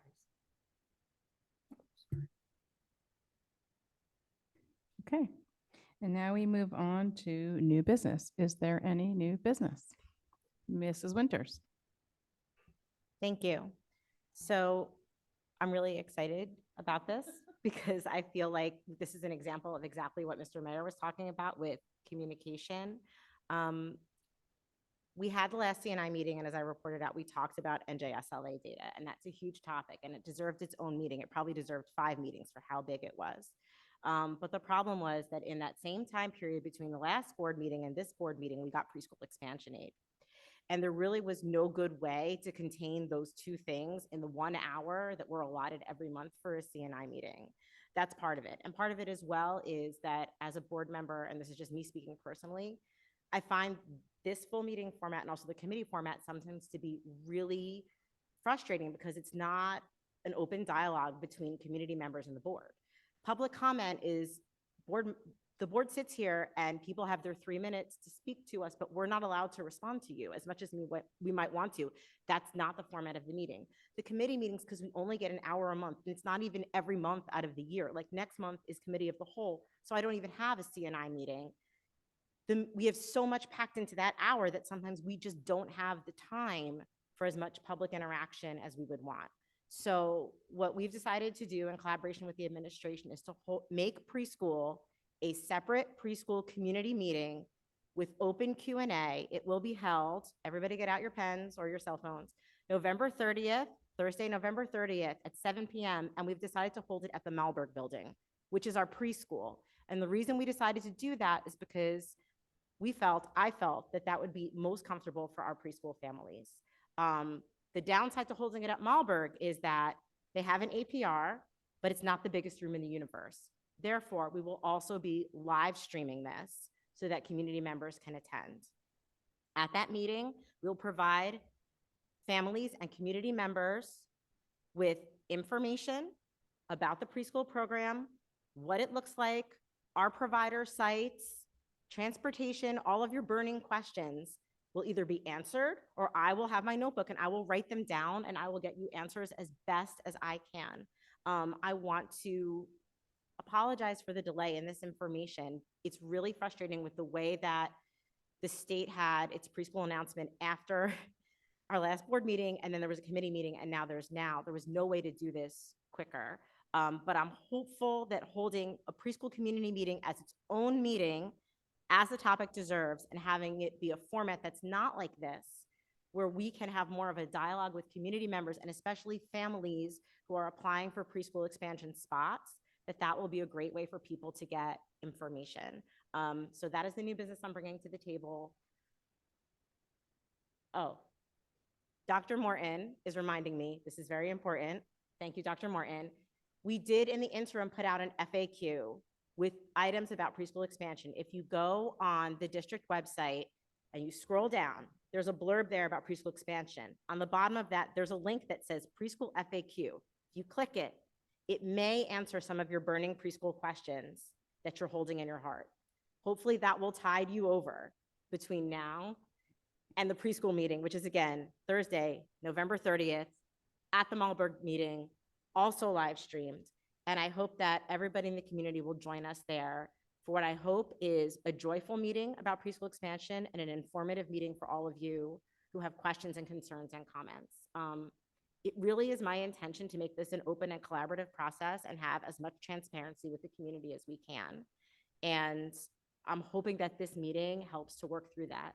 In addition, I know the administration is planning open houses and people who are accepted into the January slots for January 2nd will also be able to go to their provider sites and see what those classrooms will look like.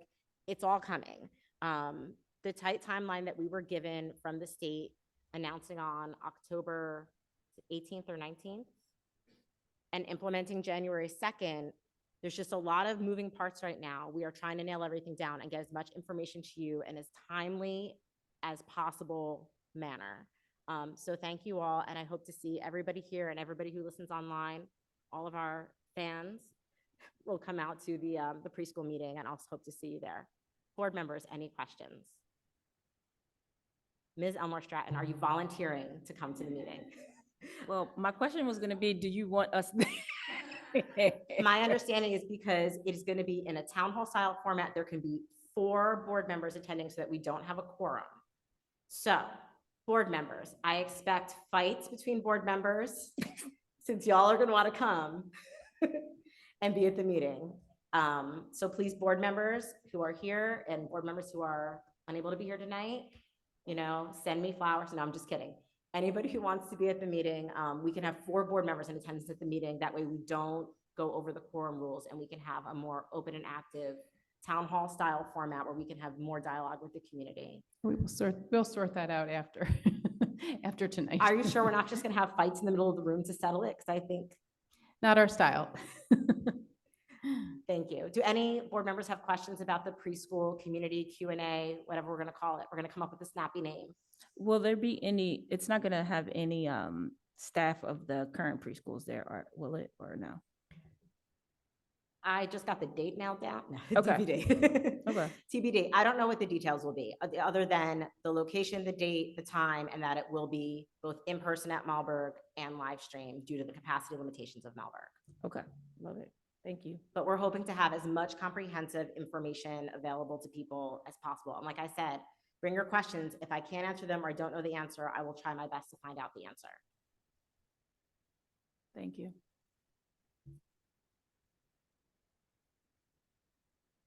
Any other new business?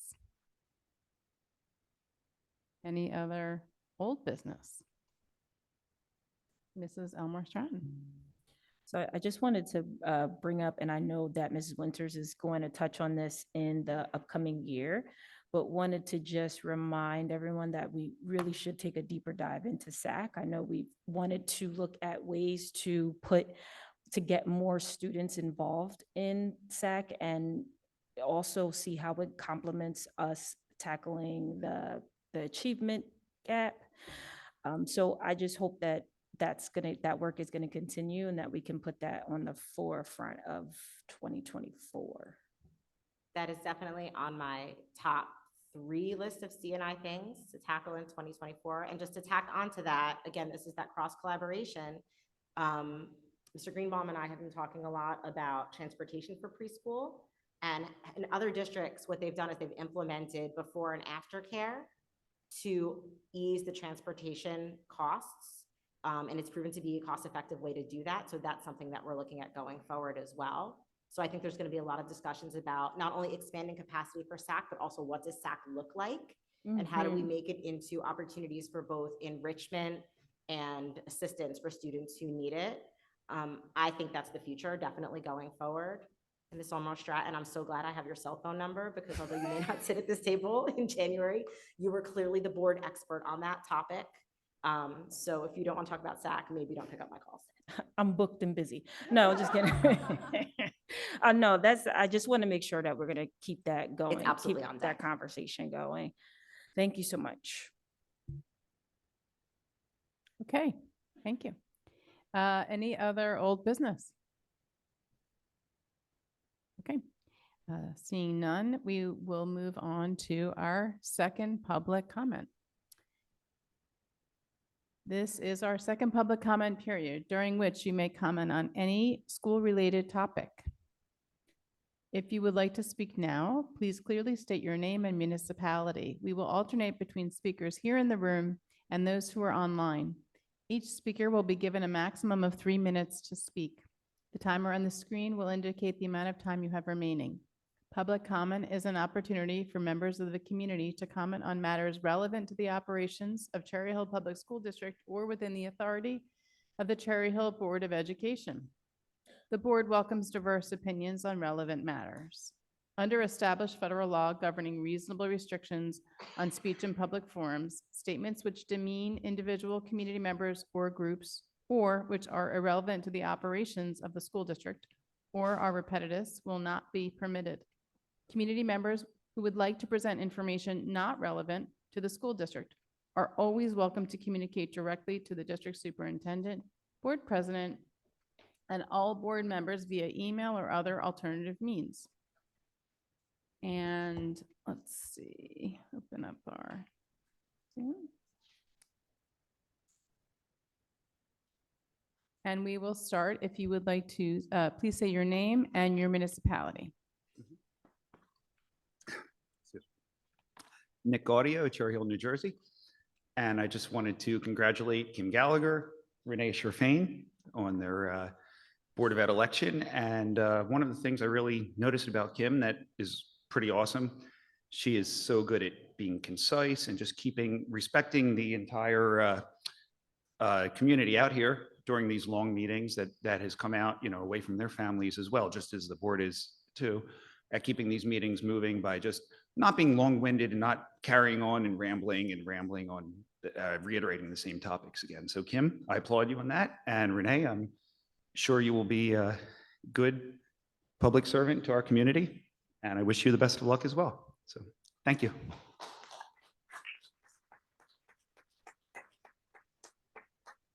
Now we go to the line and it's Dr. Potowitz.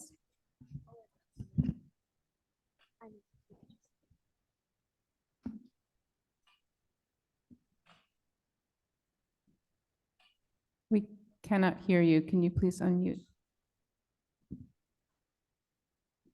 My name is Jeff Potowitz. I live in Cherry Hill, New Jersey. This is 14.2. I'm just going over it. The approval of Cherry Hill HIB self-assessments. Okay. What I'm saying is don't approve it. Look at the numbers. For each school, there are numbers that you have that, and you say it's under the state's anti-bullying bill of rights. That's what you use to determine these numbers. However, what I would ask you to next time is vote no, and this is why. Referring to the school district HIB FAQ, you look at proxy, III, small I, substantially disrupts or interferes the ordinary operations of the school or the rights of other students. Now, unless that criteria is satisfied, you can't even consider an incident. And an incident is an HIB violation under Cherry Hill School District's definition. That is important to think of. Remember, the focus of what determines an HIB violation in Cherry Hill School District is on the disruption caused or the interference of the orderly operation of the schools or the rights of other student, instead of the rights of the individual student who is actually being affected. And that is not consistent with our state's guidelines. So the figure, and so that's why you should vote no, or really, really look at what I'm saying. I mean, because if you don't do that, your numbers are actually based on data that just isn't valid because it really doesn't follow the state's guidance or regulations. So please do that. Please, please, please. There's an article to read, and if I can find it in the time, I would ask you to read this article, and the article is entitled, I can't find it. I'm sorry. The article is entitled, oh yeah, Cherry Hill Parents. The district acts like it owned my child. It owns my child, from Laura Winters, October 11th, 2023. It gives a view of special education and the way children are treated in the Cherry Hill School District. Let me repeat that. It's from NJ Education Report. It's by Laura Waters, and it's called Cherry Hill Parents. This district acts like its own. Thank you, Dr. Podowitz. Your time is up. Thank you. And we move on to the next person. If you could please say your name and your municipality. Hi, my name is Kutsia Niaz, and I am a Cherry Hill resident. Dear members of the Board of Education and esteemed community members, I stand before you today as a proud product of the Cherry Hill School District, a place that has played a pivotal role in shaping my journey towards success and civic engagement. High academic standards fostered within the district has been instrumental in instilling the confidence I need to navigate the diverse tapestry of life. As someone with a disability and a Muslim, I am grateful for the opportunities provided, which allowed me to flourish academically and personally. My time in the Cherry Hill School District propelled me to advocate for inclusivity and human rights on a global scale. During my internship at the United Nations, I dedicated myself to fighting for the rights of minorities, including women, children, indigenous populations, and individuals with disabilities. This experience, coupled with my involvement in various organizations supporting those with disabilities, reinforced the importance of creating a world that embraces diversity and champions the rights of all. Looking toward the future, I aspire to contribute further by becoming a member of the board. I believe that by collaborating with the esteemed members of the Board of Education, we can work together to cultivate an even more inclusive, culturally literate, and safe environment for all students. I'm eager to learn from your collective wisdom and expertise, leveraging my passion for equality to ensure that every student in our district has the opportunity to thrive and succeed. Thank you for your time, and I look forward to the prospect of working together for the betterment of our community and educational institutions. Okay, thank you. We go on to the next person. Nobody online, so we go to the room. If you could please state your name and your municipality when you are ready. Thank you. Thank you. My name is Amina Ahmed. I live in Mount Laurel, but I am a Muslims for Justice advocate at GCLEA, which serves the Cherry Hill community. So I want to thank you, first of all, to all the members of the board for your services to ensure a quality public education for our district. I don't think our community is new here. Historically, we've benefited from the district, and it only makes sense that we recognize that. Moving forward, I'd like to express a few thoughts from the Muslim community, and I hope and trust that with the responsibility that you all hold, you will receive them with an open mind. About a month ago, members from our community stood at this podium and expressed disappointment at feeling excluded by a statement made by our district. This statement empathized, and rightly so, with those of our community who had ties to Israel after the tragic events that occurred on October 7th. That statement, however, did not empathize clearly or explicitly in the same way with members of our community who had ties to Palestine, where thousands of children, women, elderly were also dying. None of us are responsible in totality for what is going on, but we are responsible for being empathetic towards each other and towards every member of our community. I want to share with you what it's like in our community. One family in our community has lost 48 members. I say this without exaggeration, in the past 4 weeks.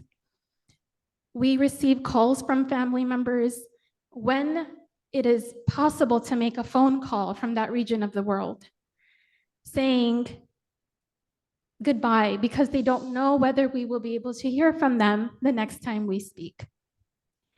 This is an opportunity for the board. I really appreciate that many of you were engaging with minority populations such as the Pacific Islanders and Asian populations and mental health and the preschool expansion. It's important for us to look at the outliers and try to empathize, try to tap in, understand what they're going through. With our nation overwhelmingly experiencing waves of Islamophobia and anti-Semitism, it doesn't make sense that 4 weeks have gone by since the last board meeting without any of you reaching out to us. It's not a complaint. It is a sharing of true concern. We've come here, we've waited hours for our chance to speak. I'm sorry. Thank you. Thank you. Let me go to the line for Ann Einhorn.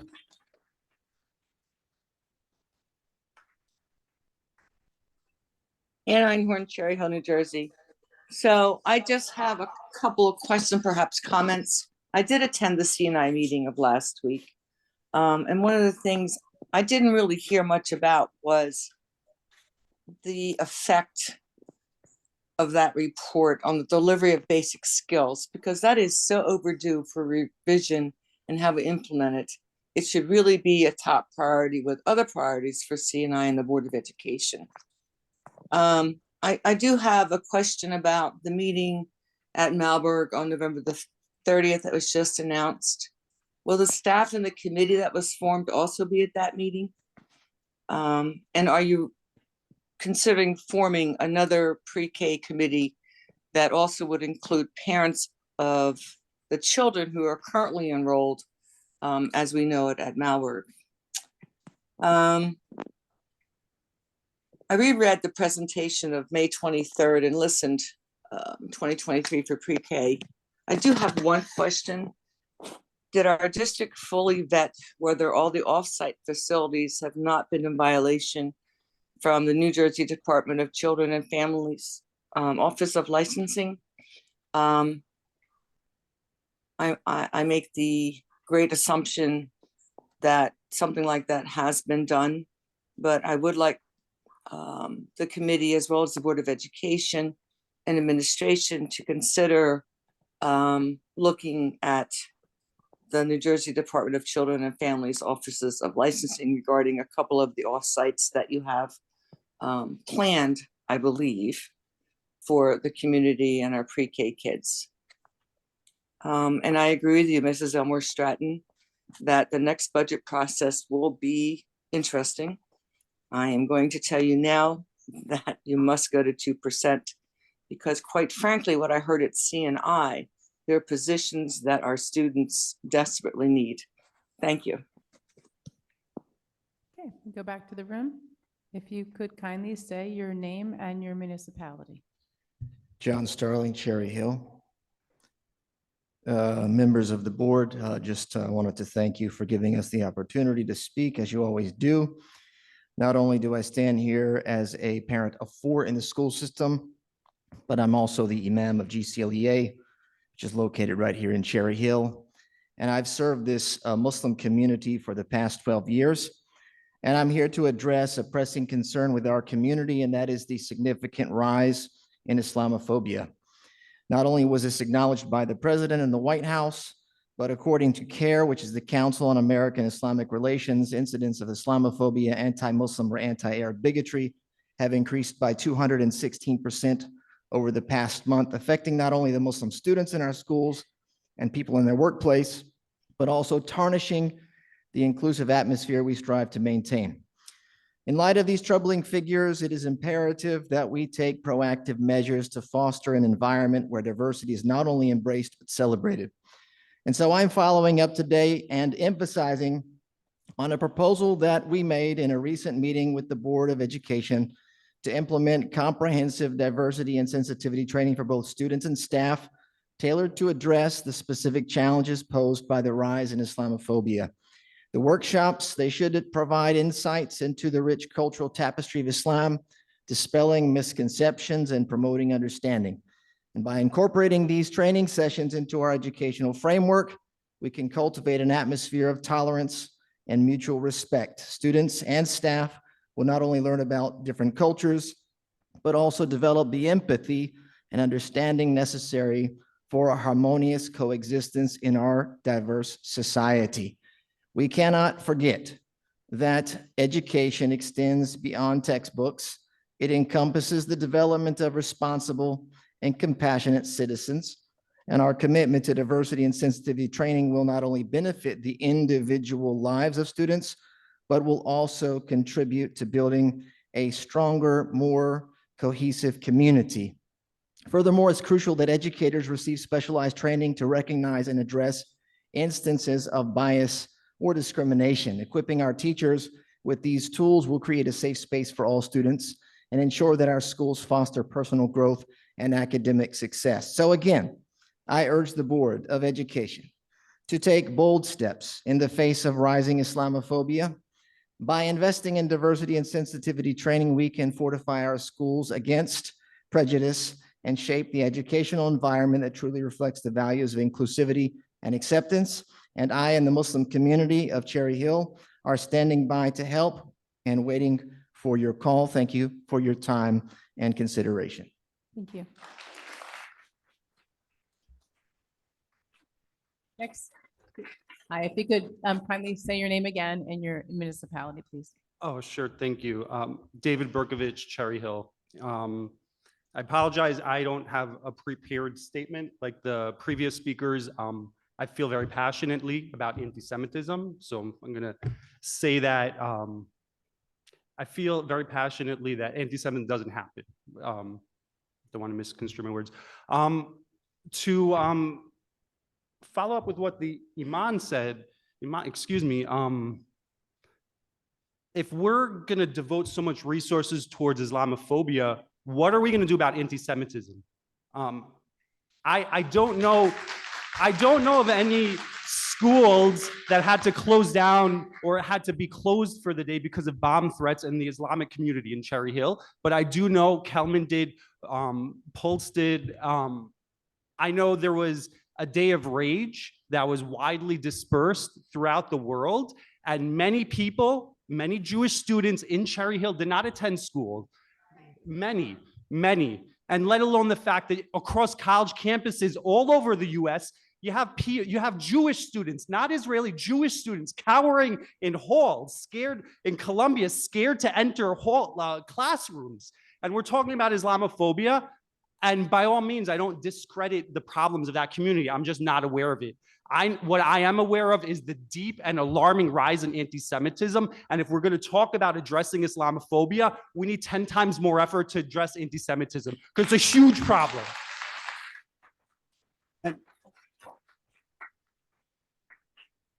And I wish I was here with a comprehensive plan, just like that was offered. But I'm an attorney. I'm sure I can make that happen very quickly because there's been numerous incidents of anti-Semitism in the community. There's been hostage flyers ripped down.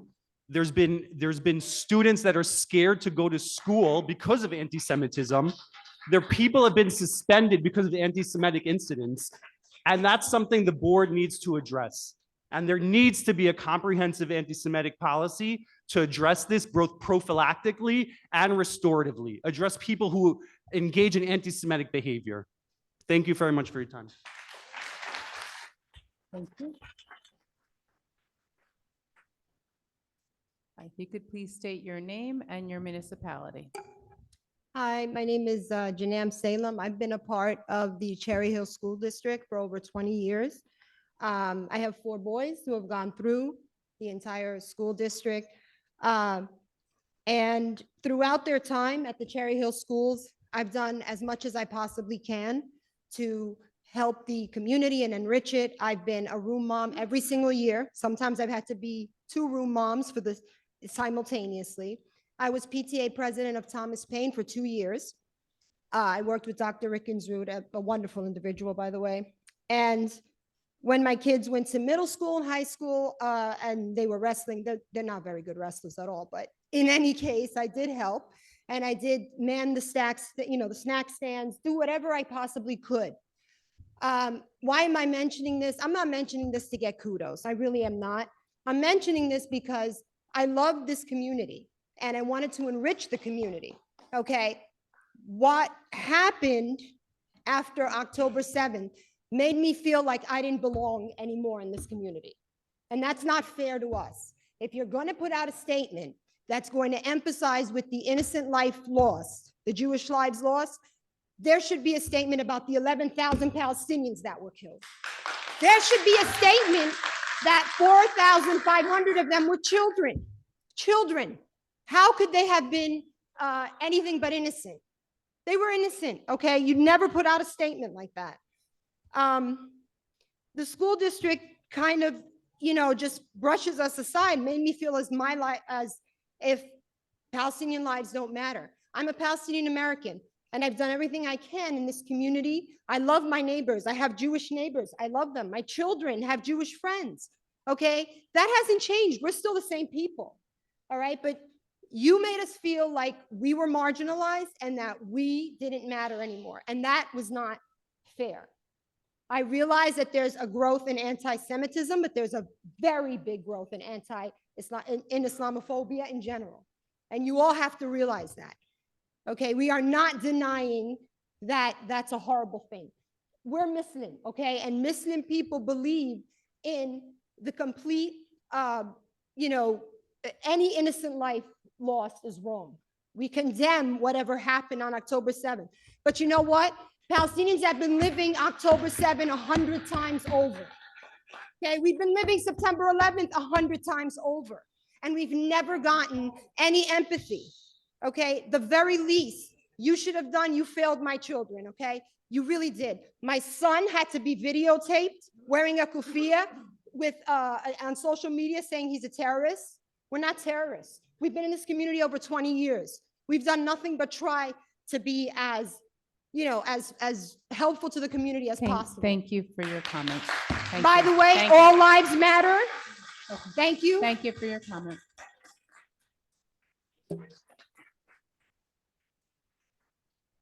And don't see any online. I'm sorry, this is our board meeting. We asked for everybody to treat everyone else in this room, including us and our administration and the community members, with the same respect that we offer to all of you. It's our ask. Okay. Your name and your municipality, please. Good evening, everybody. My name is Olga Barsutsky. I reside in Cherry Hill. Thank you for having us tonight. Current climate across the globe and recent spike of pre-terror rhetoric across the United States makes me and my community feel uncomfortable. Our children are under attack of disinformation and propaganda that justifies and even praises terror. Our responsibility as parents and educators is to proceed with actions and not just words. Being proactive and showing our children our support means to stand behind community values and show what hate has no home in Cherry Hill stands for. While ADL Center of Extremism is tracking an increase in anti-Semitic and Islamophobic hate incidents across the US, a 302% increase of anti-Semitic incidents has been recorded since October 7th compared to October 7th last year. In May 25th, 2023, the White House presented the US strategy to counter anti-Semitism, quoting, "We must stand united, regardless of our backgrounds and beliefs, to affirm that the attack on any one group of us is an attack on us all, and that hate can have no safe harbor in America. Anti-Semitism threatens not only the Jewish community, but all Americans. People who peddle anti-Semitic conspiracy theories and full racial, ethnic, and religious hatred against Jews also target other communities, including Black and Brown Americans, Asian Americans, Native Hawaiians, and Pacific Islanders, LGBTQI+ individuals, Muslim Americans, women and girls, and many others. This strategy rests on 4 pillars: increase awareness and understanding of anti-Semitism, including its threat to America and broaden appreciation to Jewish American heritage, improve safety and security for our communities, counter anti-Semitic discrimination, build cross-community solidarity and collective action to counter hate. The strategy also serves as a blueprint for tackling other forms of bigotry, hate, and bias that fuel toxic divisions in America. With all being said about credible US government resources to utilize for making sure that our curriculum is up to date regarding the matter of education about all forms of anti-Semitism, hate, and violence that fuel toxic division in our society and schools, what have you done so far to address safety concerns regarding anti-Semitism? For example, reviewing and revising our curriculum thoroughly to make sure that there is no any anti-Semitic content, to prevent further harm from disinformation and propaganda that justifies and even praises terror. Thank you.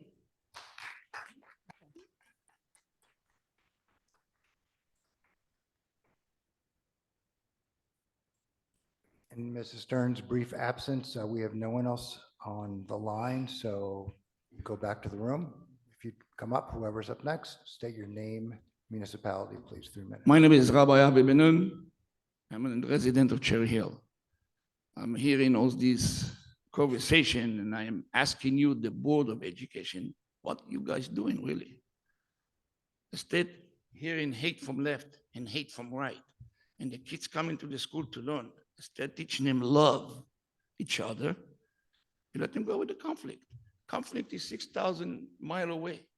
We live in America under one flag, under Constitution, under one law for everybody.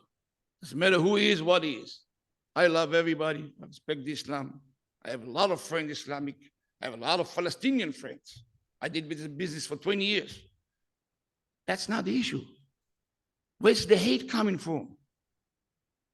The hate, look at each other, really. Look at each other. And then don't bring me 20,000, 50,000, who's guilty, who's not. We are in America. You're bringing Right. the conflict to Sir, America. if you address us on the board, Okay, please. you're bringing the conflict to America is wrong. We need to teach our children to love each other. That's where the budget needs to go. No anti-Semitism, no Islamophobia. This is not the discussion here. It's the education of the kids, how to love, how to grow. America is the freedom country of the world. Well, teach it. Teach it. Bring them together. Bring the parents together. The parents should teach the kids, and the parents should teach the kids not to hate each other. It's just the kids. What do you understand? I feel for the kids of Gaza because all what they go is it's bombing, shelling, fighting, hunger, same thing the other side, bombing, shelling each other. Until when? Until when? How much blood we need more on our hands? How much blood need to be shed to stop this conflict? This is America. We are in the United States of America, in New Jersey. I've been living here for 35 years. I never see this conflict. It's come and raised in the last 40 days. My parents also living outside the house for 40 days. They've been thrown by the Hezbollah. I don't bring it up. It's there. We are here. Here, we need to learn to live with harmony, peace, and respect. That's what I have to say to you, boy.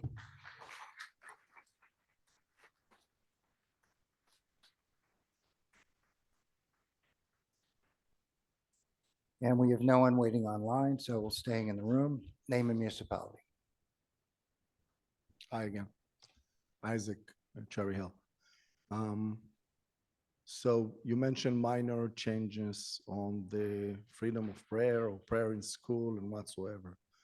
That's perfectly fine, but we need to understand what it's all about. Personally, I belong to the Jewish community. I send my kids to Jewish school. When there was in elementary, I pay the taxes, but still, that was my choice. When my kids grew up and go to the middle school and excel also in the high school, they need to take day off or even to go to school on our holidays. So the sensitivity wasn't really there, which is fine. That's our choice. So if we need to implement, or if there is a need to implement praying, is that for all religions or just for one religion? or there is any specific problem, because for the last 247 years of this great country on earth exist, I don't recall having religious and education coincide and in a public system, of course. Point number one. Point number two, I would like to make sure, I was also in the meeting last week. Just a little bit connection to what Avi, the one that speak before me, said. Where is the effort goes? At the end of the day, 57% of our taxes go to the education. You're all smart, you're very accomplished. You're leading one of the best community here in the States, right? So are we really putting the goals for this education for this community to be achieved in the 21st century, to make America or the US nation that built on science and achievements like it was before? Or we are bothering with some marginal issue? Like I hear about Islamophobia, I hear about anti-Semitism just for education.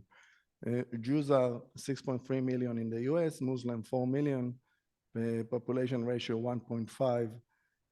There were 1,122 hate crime against Jews in 2022.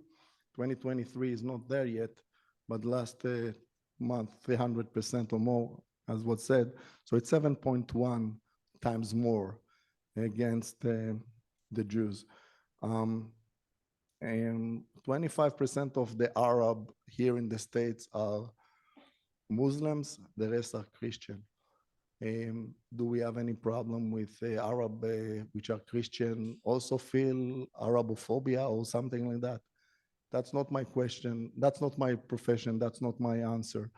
I give you here just to make sure that, just taking one topic, you should focus on, making our kids the most successful residents in the next century. Thank you very much. Thank you.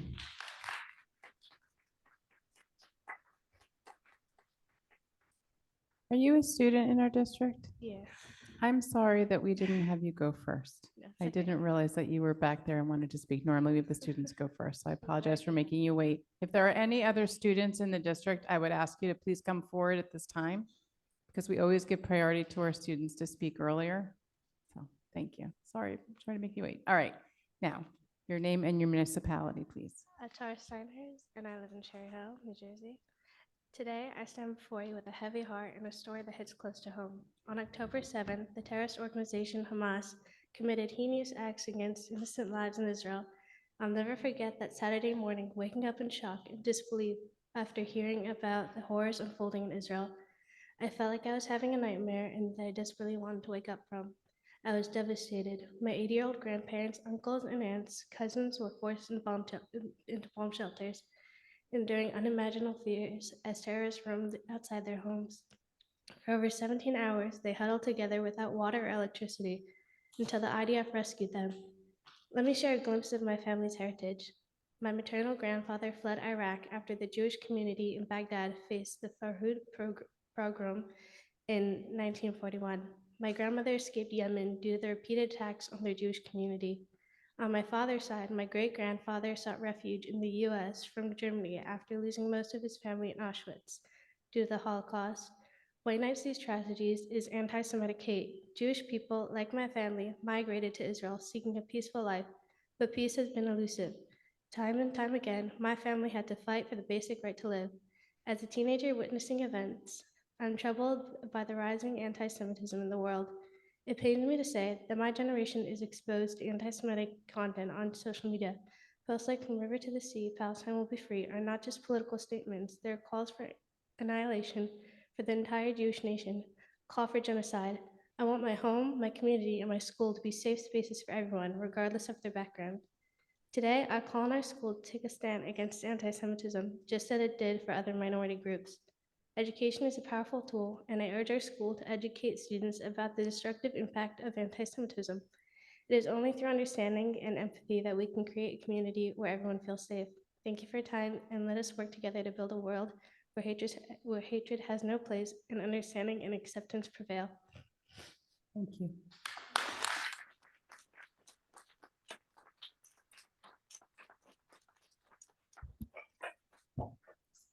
could state your name and your municipality, please. Hi, my name is Noor Raja, Eldeen Raja. My mom was actually one of the people that already stood up and talked. I think you guys recognize me. I was at the last meeting here. I was one of the, I think it was 8 or 9 of us that made the Hate Has No Home here at Cherry Hill East. And as you can see, it was Muslim and Jewish people there. So the problem wasn't the fact that, of course, the Jewish kids at my school were being harassed. The Muslim kids at my school were being harassed. I've heard people getting their yarmulkes ripped off, their hijabs ripped off. Of course, that is not okay. The fact that, okay, of course, the heinous acts of Hamas that committed on October 7th, while of course, as a human being and as a Muslim, of course, I condemn that. Why do me?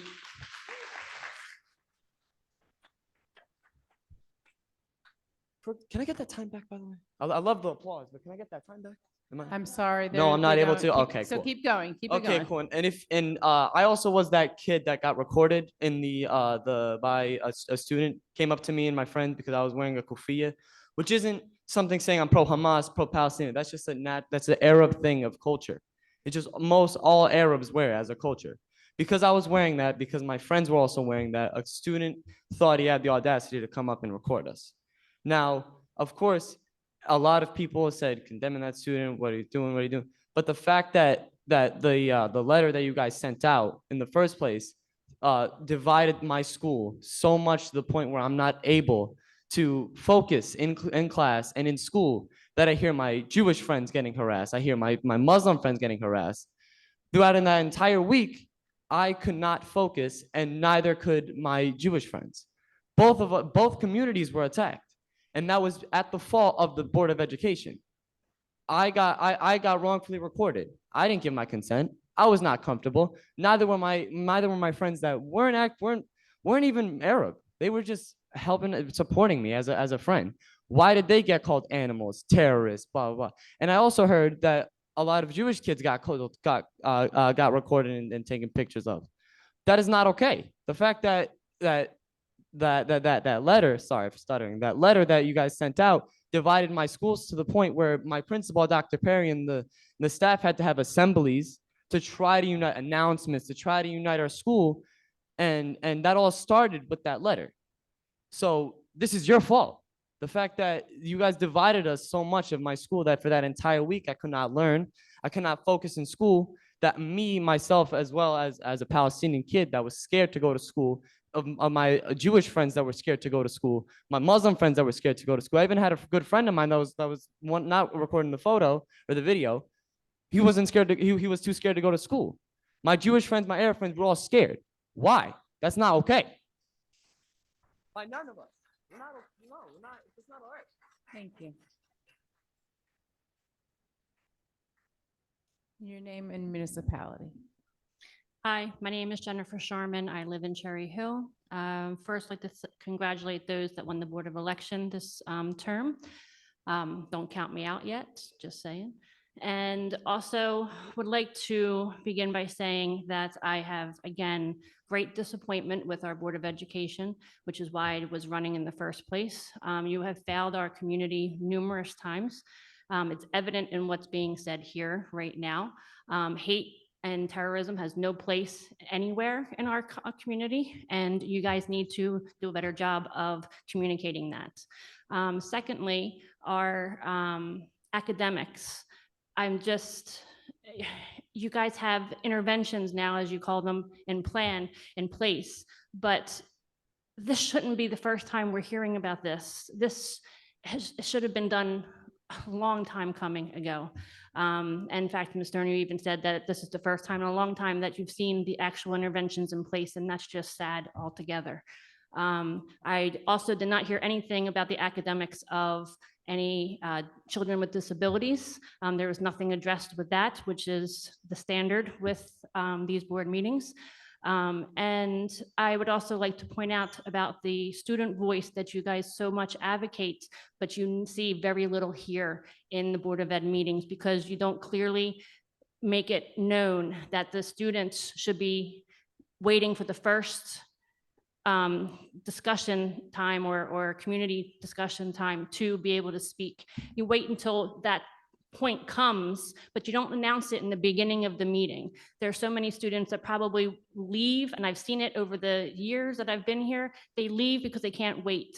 You need to make sure it's known as to when they are able to speak, so those voices are heard, because they are our future and they are going to feel not respected. And lastly, I am very happy to hear that we have a question and answer coming up, although it's only for, it seems to only be for the preschool. But in order to be involving the community more, we need more of those. We need a back and forth. This isn't just a vent kind of session for us just to communicate. We need back and forth communication. We need responses in emails or letters that are addressing the concerns that the community is speaking about, and more, having more compassion in those letters as well. So I'm hoping that you'll continue more of those question and answers and put them into your planning and agendas. Thank you.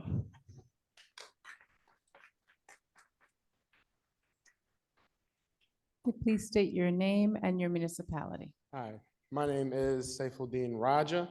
You've heard a lot of stuff from my family so far. My little brother already spoke, my mom spoke, and my other brother's gonna speak. So you're gonna get sick of my family really quickly.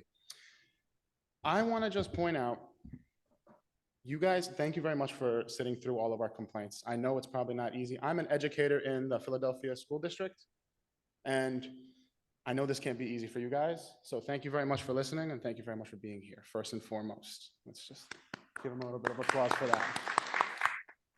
Now, I am an alumni of Cherry Hill East High School. I was there, and I graduated in 2017. My brother graduated in 2016. My other brother graduated in 2021, I think it was. 2020, I meant. Sorry, time flies.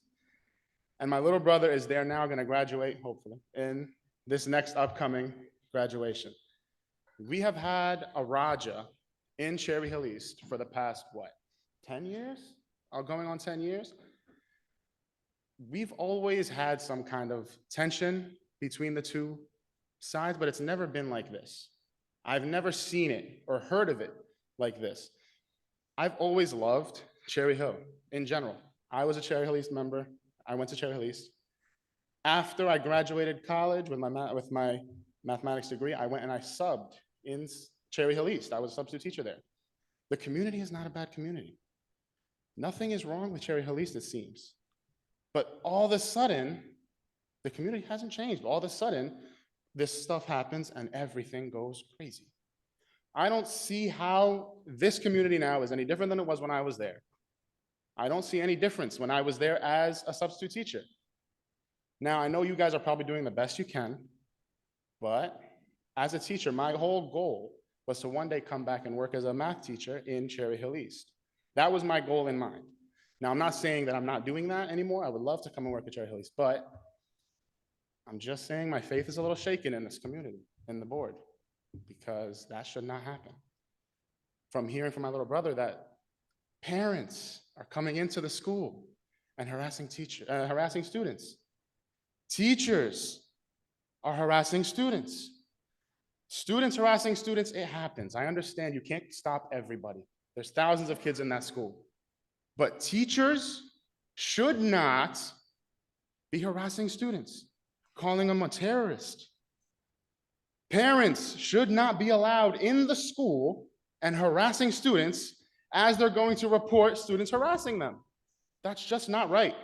Now, I'm not talking about what's happening back home. Back home is back home. I'm talking about in Cherry Hill, something you guys can fix and you should fix. Thank you for your time. Thank you. I'm sorry, we do have a hand online. I apologize. So we're just going to go to the name on, well, you can come to the podium. It's okay.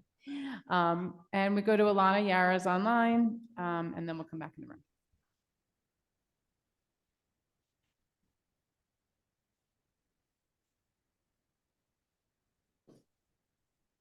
I'm sorry, we can't hear you. Can you? You're unmuted, but I can't hear you.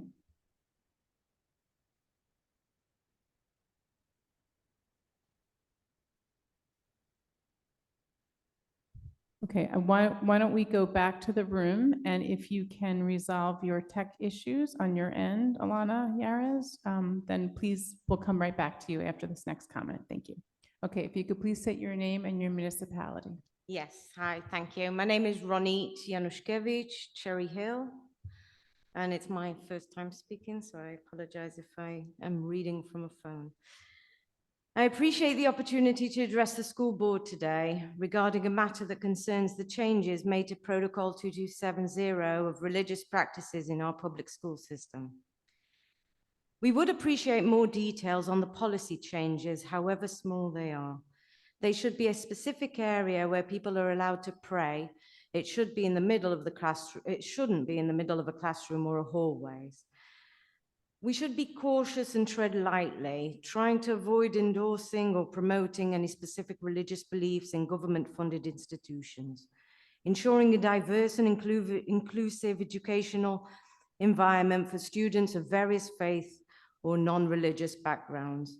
While recognizing the importance of respecting individual expressions of faith, I want to express my concerns about potential unintended consequences that could arise if this is not handled with great care. My suggestions, just me, Ronnie, the timing for the prayer should only be at specific times, not interrupt the class instruction. The prayer should be done individually, not student-led. We need to make sure that religious figures are not permitted to speak to children in our school during school hours. Our community is diverse, comprising individuals with various religious beliefs and non-religious perspectives too. The introduction of religious practices in public schools, even if mandated by the state, has the potential to create an environment that may inadvertently lead to divisions among students and their families. We need to avoid any heightened religious tensions. They exist. Even with the best intentions, our goal should be to foster an atmosphere of unity, understanding, and respect for everyone's beliefs, while keeping a neutral stance in a public education setting and avoiding any unintended marginalization of students. Thank you.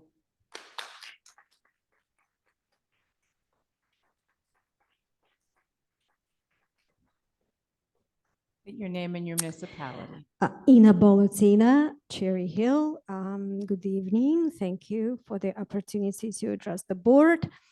So it's been 4 weeks since many of us had spoken about the situation in our schools concerning expressing concerns for the social, emotional well-being of our kids, as well as their physical safety. This is my second time addressing the board.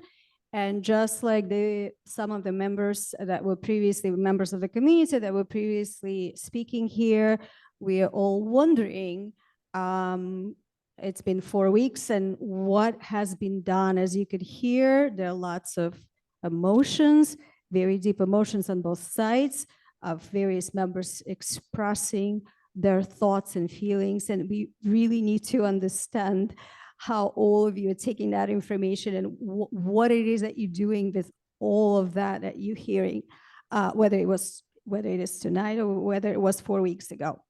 First, I do want to appreciate some small steps, and it's very important what I'm going to say, at least to me, and I hope many of you agree. Steps taken since that 4 weeks ago, specifically by the administration of Cherry Hill High School, is to dismantle some of the lies that were manufactured and then repeated multiple times to unfortunately paint some of the kids, some of the Jewish kids in a negative light, or the Jewish parents for that matter. Having said that, what I think we're witnessing is some of the gaslighting and twisting of the facts to fit into a specific narrative. And we want to reiterate that our community is committed to pushing against this and ensuring that truth always prevails.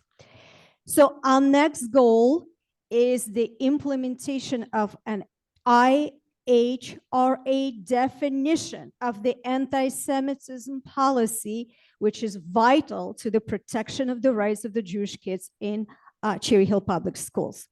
I want to mention some of the key points of that policy. Calling for, or aiding, or justifying the killing or harming of Jews in the name of a radical ideology or an extremist view of religion. accusing Jewish citizens of being more loyal to Israel than to the interests of their own nations, denying the Jewish people the right to self-determination. As an example, by claiming the existence of a state of Israel is a racist endeavor. Applying double standards, aren't we all living in this situation right now, to the state of Israel and not expected or demanded of any other democratic nation.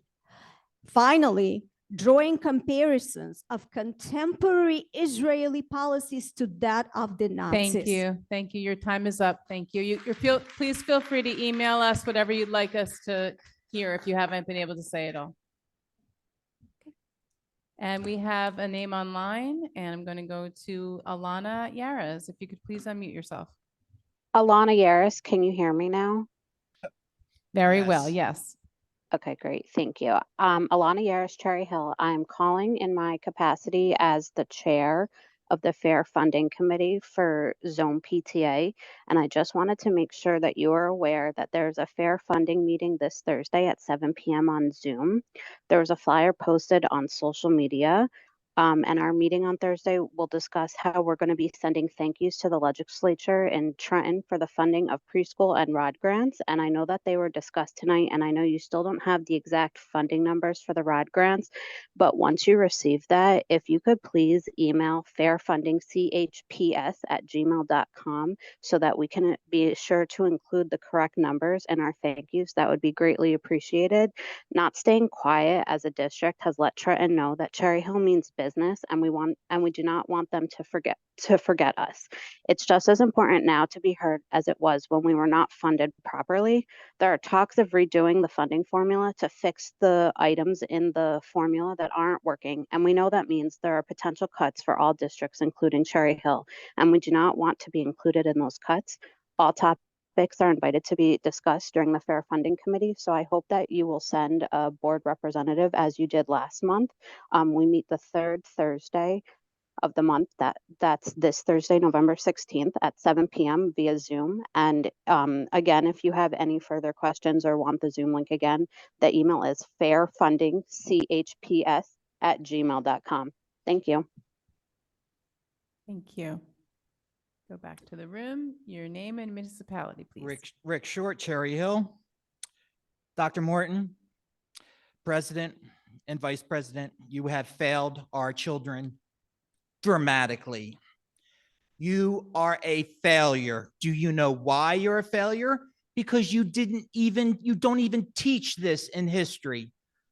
I've done surveys to different students across the district, and they have no idea what's going on right now in the Middle East. So how can we solve a problem if our children don't even know what's wrong? It's idiotic. This district can't even do a Pledge of Allegiance correctly. I would encourage everyone to watch the board meeting the next time, because for about 17 times, you don't even hear the Pledge of Allegiance. Also, everybody who had applause on whatever, there's applause suppression. So when you applaud, they're trying to control what the public says. I've been saying this for years. Applause suppression. It's happening. It's to control the public because you don't want to hear our comments. You know, I stood there and I watched. I like to watch over the room and see. And what kills me is to see parents on either side on the verge of crying. Yes, on the verge of crying. It's heartbreaking. And I know Dr. Morton will come back and say, oh, we're going to do unity. Oh, yes, it's all about unity. We're going to bring everyone together. No, that's not going to happen. Until you teach real history, and what hate and what good is to our children, nothing's going to change. You already tried microaggressions. You already went through your whole microaggression. You spent a whole entire month on microaggressions. But I go back to the same old story. Our children don't even know what's going on in the Middle East. Our parents are all upset, and they're on the verge of crying. This is horrible for our town. And it just keeps exploding more and more and more. And then you throw Black Lives Matter into the whole thing, who is a hate group, unbeknown hate group, and we're teaching our kids that Black Lives Matter is good. What is our problem? Why are you trying to control the applause?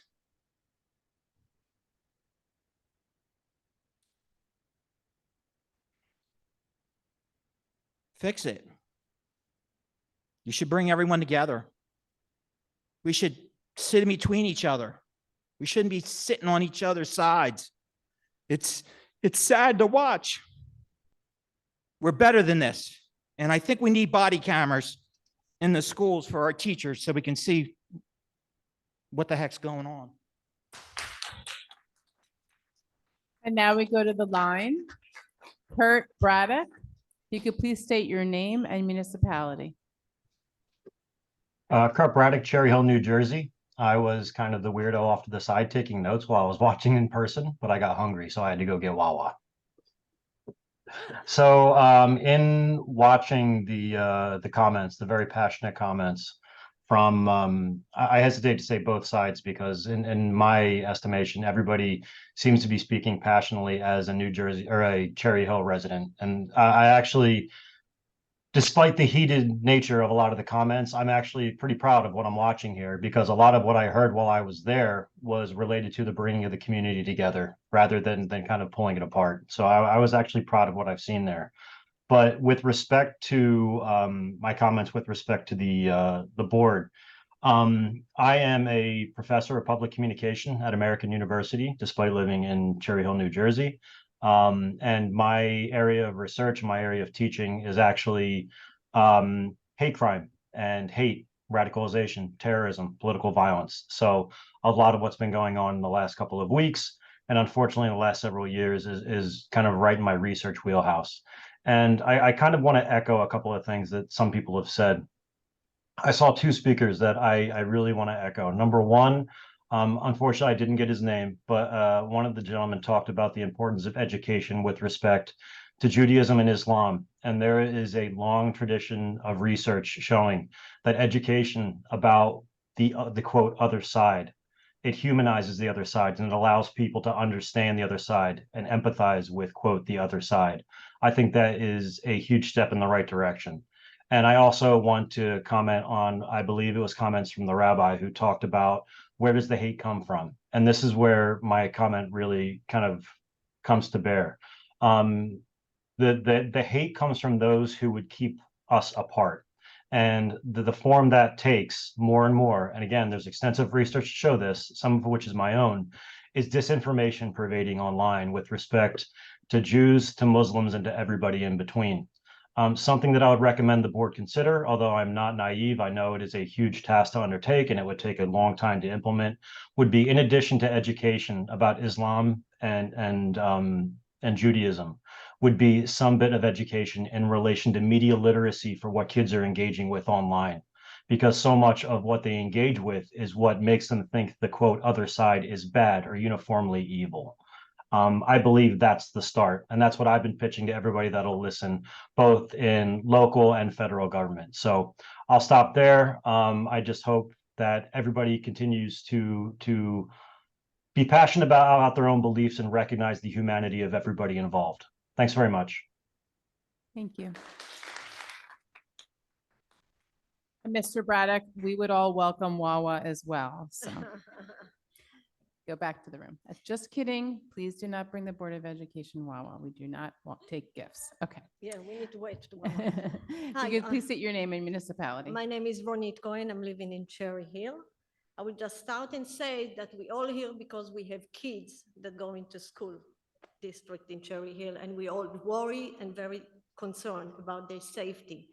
And the kids' safety, our kids' safety, need to be the top priority of yours right now. It's your duty to give us the feeling that our kids are safe and going to school without no fear and able to educate themselves there. This is what we requested from you, and this is your duty, basically. This is why we all here, right, guys? We all have kids. We want them to grow up, to be educated, and to feel safe. So hopefully we will make it happen because it's in your hand. You need to give us the feeling that our kids are safe. This is your duty, so please do so. And somebody just say something that a teacher call it guy terrorized or something. To be honest with you guys, it's very hard to me to believe that one of the teacher in Cherry Hill School District will say so. I myself familiar with a lot of professional, good teacher in Cherry Hill. They I'm all sorry, could you qualified. please address the board at the Yeah, microphone? Thank I'm you. just saying, I myself, I know a lot of good professional quality teacher in Cherry Hill School. So for my opinion, it's very hard to me to believe that any teacher says something like this to a student. I think it's a lie. Again, it's my personal opinion because I know a lot of teachers and they're all awesome and professional and qualified in Cherry Hill. So please.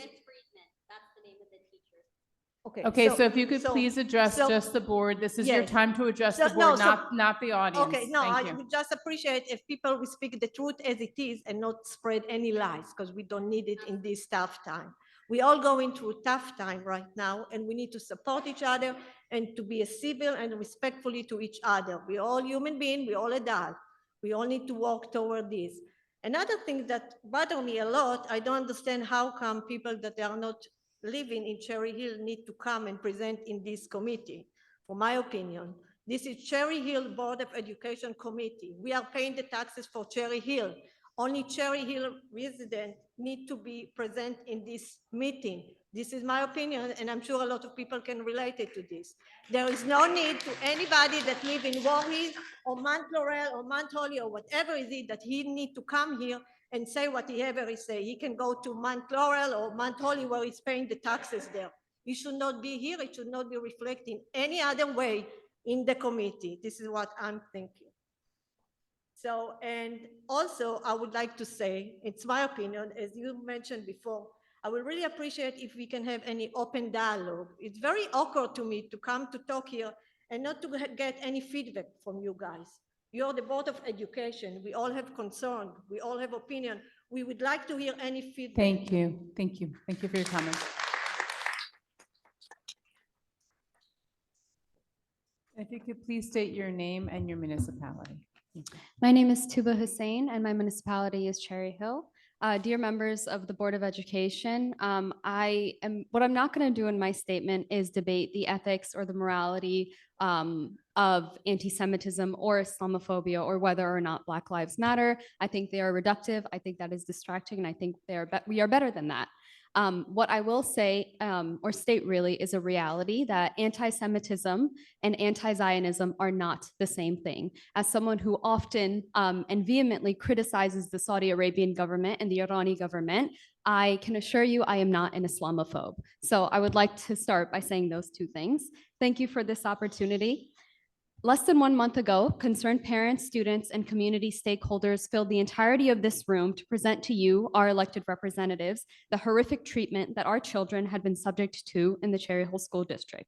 This, after the board hastily issued a letter expressing empathy for people on one side of a complex conflict, a conflict that, since the board's letter, has escalated to unimaginable heights, resulting in the death, displacement, and devastation of thousands of individuals in the Gaza Strip who look or share the faith of many of the children who call Cherry Hill home. Yet the board has astonishingly issued no follow-up statement expressing empathy and support for those impacted by recent events. Do we not care about the death of innocent children anymore? Do we not condemn violence against civilians? And in answering these questions, I ask you to reflect on whether that statement was a result of politics or principle. And if it is the former, the statement should never have been issued to begin with. The day after the board meeting, the principal of Cherry Hill East issued a letter to students and families expressing Cherry Hill East's commitment to the well-being of our students. We felt heard. The letter contained a host of concrete steps taken to promote the physical and social and emotional welfare of students, but we were mistaken. To this day, we are awaiting action on those concrete steps, which include an anti-hate campaign that we have received no follow-up on, and the promise of a cultural experience review, which again, we have received no follow-up or engagement on. While we appreciate the issuance of a letter signaling an intent to foster an inclusive environment, the promises remain just letters on a page. What the school has done, however, is begin referring Cherry Hill Police to disagreements that occur in the school, a practice that we unequivocally condemn as contributing to the school to prison pipeline. The school's response was also an isolated one. The board refuses to acknowledge what is happening before them or what all of these people are here for. We encourage you to host a forum on this where we can actually engage and receive a response. We acknowledge that time often minimizes the perceived emotional impact of our experiences, but we urge the board to resist the temptation to swipe this under the rug. The fact of the matter is the year is 2023 and a Muslim student was called a terrorist by a teacher and they are still employed by the school. In failing to address these issues on a systematic level, the board persists in a dereliction of its duties, and most importantly, to the children it represents. We look forward to moving this dialogue forward. Thank you.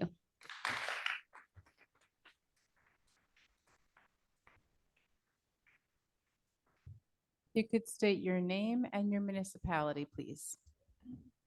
My name is Amir Raja. I'm from Cherry Hill, went through the Cherry Hill school system from kindergarten all the way to high school. I want to start by saying Assalamu alaikum. This is how Muslims greet each other.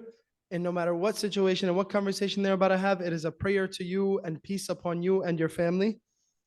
My last time I was up here speaking, I spoke about how proud and how safe we felt sending our children and attending schools of Cherry Hill, and hopefully in the future, sending our children to Cherry Hill. What made us even more proud was finding that our children on both sides, as we keep saying both sides, which we hate that term because we are Cherry Hill as a whole. But now that this issue has came up and from the majority sees that it was not handled the way they wanted it to be handled, there has been a result of that has become two sides. But seeing that both sides came together and made a video, stating that there is no hate here and hate has no home here, made us all proud. As parents here, we all saw it that night that we were here. What made us disgusted, or to make it a little bit lighter, saddened, was it was obvious that the people that we have that we send our children to and trust our children's future with have a home for hate in their hearts. When we last sat here, the Board of Education promised us that both sides, again I say both sides, were going to be treated fairly, and that there was many bullying and many bullying both verbally and physically happen, and they will be taken care of. Neither have they been taken care of, and according to both sides, none of them were treated fairly. I had a lot more written to say, but it seems like we got a little bit off track with everybody talking and the passion that came out of everybody. The Palestinian and Israeli issue, we keep saying Hamas and Israel, we want to say as a whole, Palestinian and Israeli issue is an issue 6,000 miles away. We bring our children here to Cherry Hill to have an education in Cherry Hill because of the education and the reputation Cherry Hill has. And from now until the day that we die, we will be proud of the reputation that Cherry Hill's Board of Education holds for us and the school system that it has. Just to address Dr. Morton, you are my superintendent. Just as Joe Biden is my president, I may not agree with everything he does, and I may not agree with everything you do, but you are my superintendent. You've worked way too hard to get where you were for somebody to come and mock you. Okay, I'm sorry you had to sit through that. You worked way too hard and have way too much respect for somebody to mock you on here.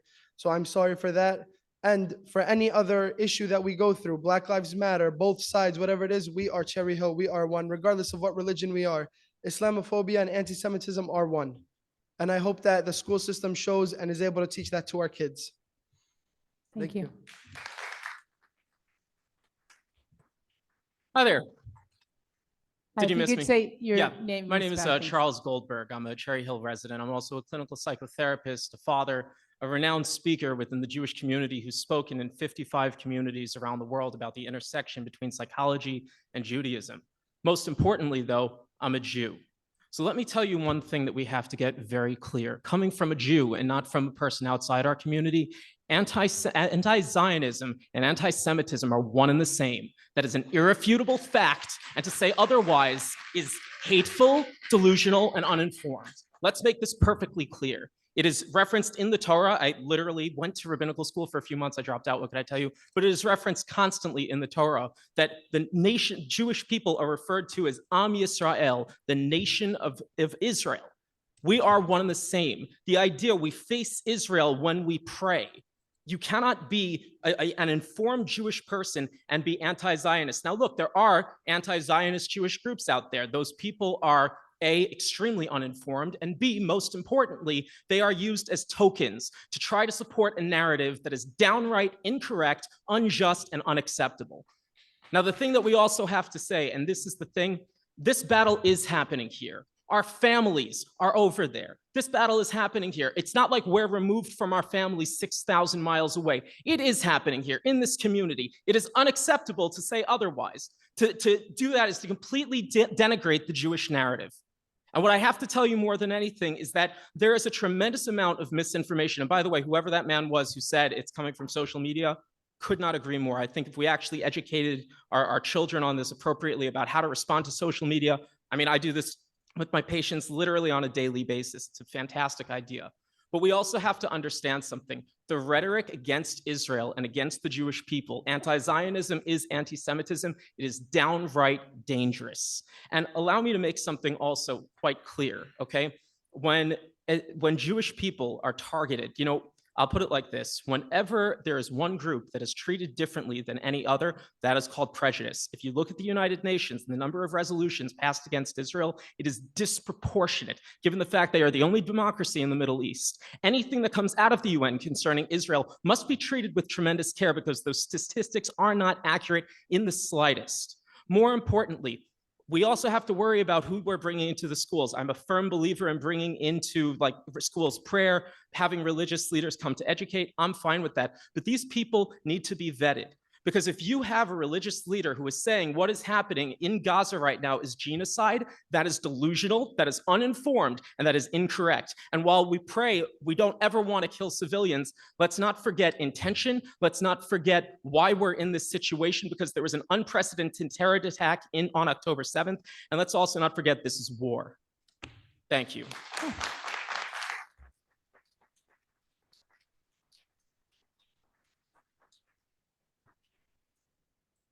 You could say your name and municipality. Thank you. Sure, Shamaila Sheikh, Cherry Hill. I'm a parent of 3 Cherry Hill kids who've already graduated, one's currently in school.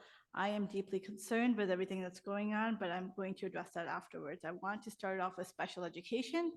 I am beyond frustrated with the current process of getting students the help that they need.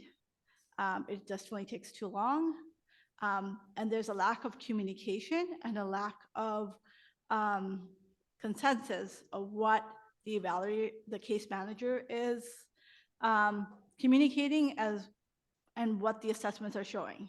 So has to be a better way of doing that. I would really love to know how often this is policy revised, how it's revised, and how we can make an impact. I also agree with a lot of the people here actually on both sides of the aisles. We need an open dialogue here. I've heard a lot of parents ask questions, everything from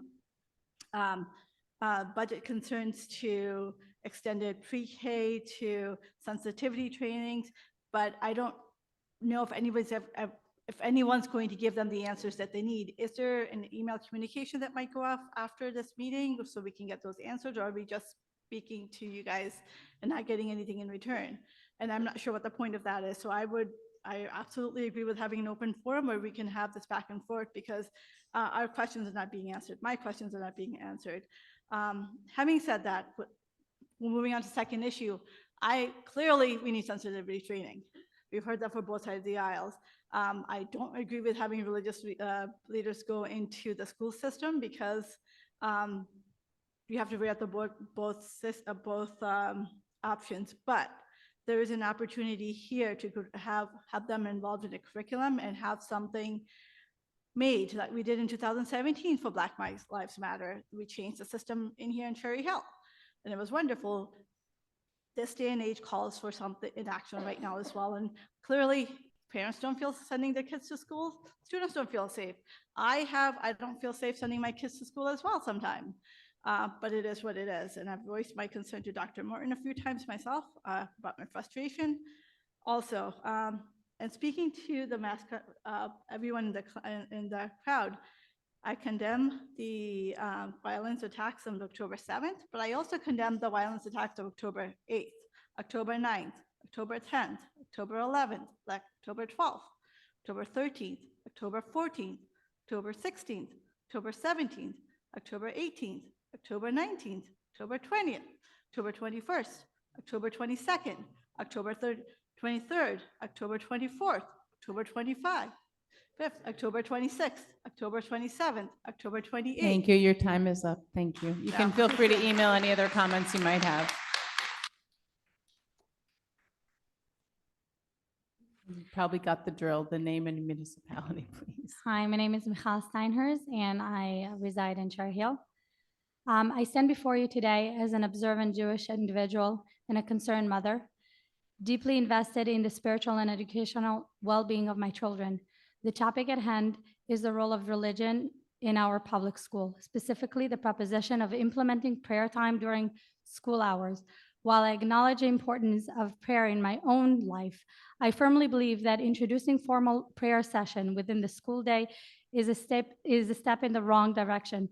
I urge the board to consider the diverse religion landscape of our children, of our student body, and prioritize the needs of all, for all, fostering an inclusive educational environment. As we are all well aware, the spiritual path that guides us are vast and varied. What holds significance to me as a Jewish person may differ greatly from the belief of various faiths. It is crucial for us to recognize and respect these differences and ensure that our school remains neutral ground where every child feels valued and included. One of the primary concerns with introducing prayer time during school hours is the potential for interference with the education of other students. Different religions express their prayers in distinctive ways that could disrupt the learning environment for others. It is our responsibility to prioritize the academic progress of all students and minimize any unnecessary disruptions. I propose that, to the large extent possible, prayer activity be scheduled before or after school, during lunch breaks, or in designated area that do not infringe upon the educational experience of others. Furthermore, we must uphold the principle of the separation of church and state. Any form of organized prayer within the school should be self-led, allowing students the autonomy to express their religious beliefs individually. We should be very cautious, very, very cautious about inviting external religious leaders into our schools, as this may inadvertently blur the lines between religious practices and the public education system. In conclusion, while I appreciate the importance of prayer in my life and the lives of many others, I implore the Board of Education to consider the broader impact of our diverse student body. Let us work together to create an environment that respects and accommodate the spiritual needs of all without compromising the educational experience for any. Thank you for your time and consideration.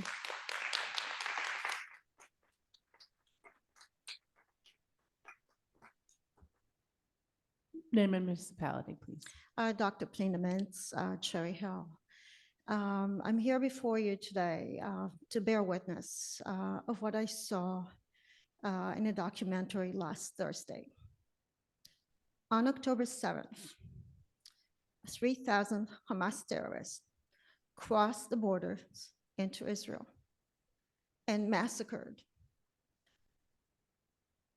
1,400 civilians, grandparents, mom, dads, children, infants, pregnant women. They hunted them down like dogs. They burned them alive. So this is not a question if you're Jewish, if you're Muslim. This is a question if you're human. And if you're human, you have to stand against us. So I implore you to speak up. I don't care if you're a Muslim or Jewish or whoever you are. Speak up against this evil and stand united for humanity. Because if you don't, you invite the very same evil right here into Cherry Hill. So I implore this board and the audience to look into your hearts and think this is not this side or that side. There's no both sides here. There's either humanity and civil society, or there's barbarism and total death. Because that's what Hamas wanted. They just wanted death. They didn't care about the Palestinians. They brought death upon their own population, but they did it on purpose to bring more death onto the rest of the world. And Hamas doesn't care if you're a Muslim. Hamas doesn't care if you're a Jew, as long as they get the power to destroy this world. Okay? So let's not think that we are immune to this.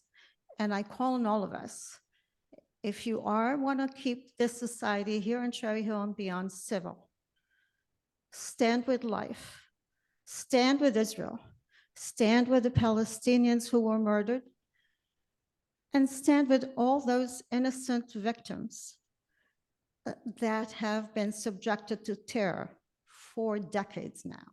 Let's stop this, please. Thank you.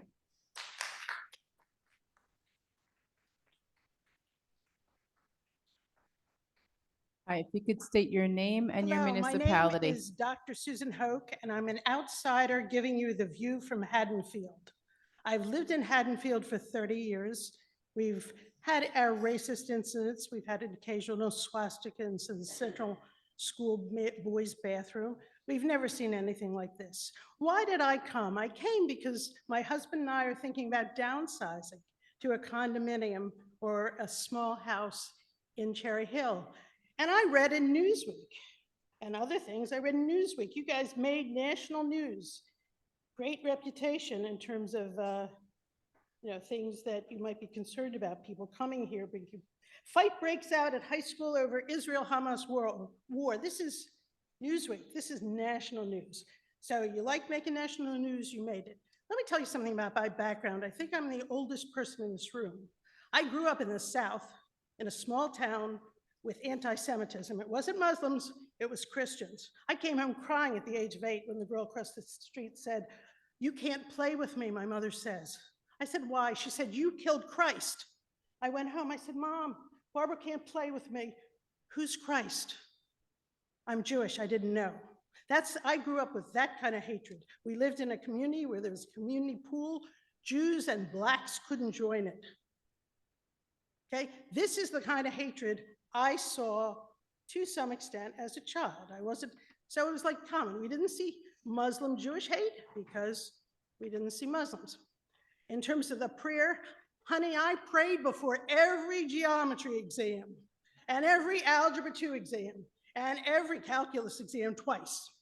And nobody stopped me because I didn't need somebody else to talk to God. I could talk to God correctly and say, "Please don't let me feel this." And you can do that here. You do not need outside religious leaders coming in to tell children how to speak to God. That's unacceptable. And the final thing I want to say is I'm very close to Rumi Asajike, whose daughter, Eberly, is the child from Cherry Hill who's responsible for getting African American studies approved. What she wanted was more African history. She wanted the history of the Mali Empire that had a great library at a time Europe was in the 1300s in the Dark Ages. She wanted the history of the Arab slave traders who sold enslaved Africans to the Europeans who then came here and sold them here. She wanted true history of Africa. She wanted Nelson Mandela there. She wanted colonialism, and she wanted the true history of America. Not just slavery, not just the Middle Passage, not just Reconstruction, Jim Crow. She wanted Martin Luther King. She wanted Malcolm X. She did not want Black Thank you for Lives your Matter time. because This is, I'm sorry, your time is up. Thank you. You're more than welcome to email us the rest of your anti-Semitic. comments. Thank you. Next, thank you. Next person. Please state your name and your municipality. Jack Brangan, Cherry Hill.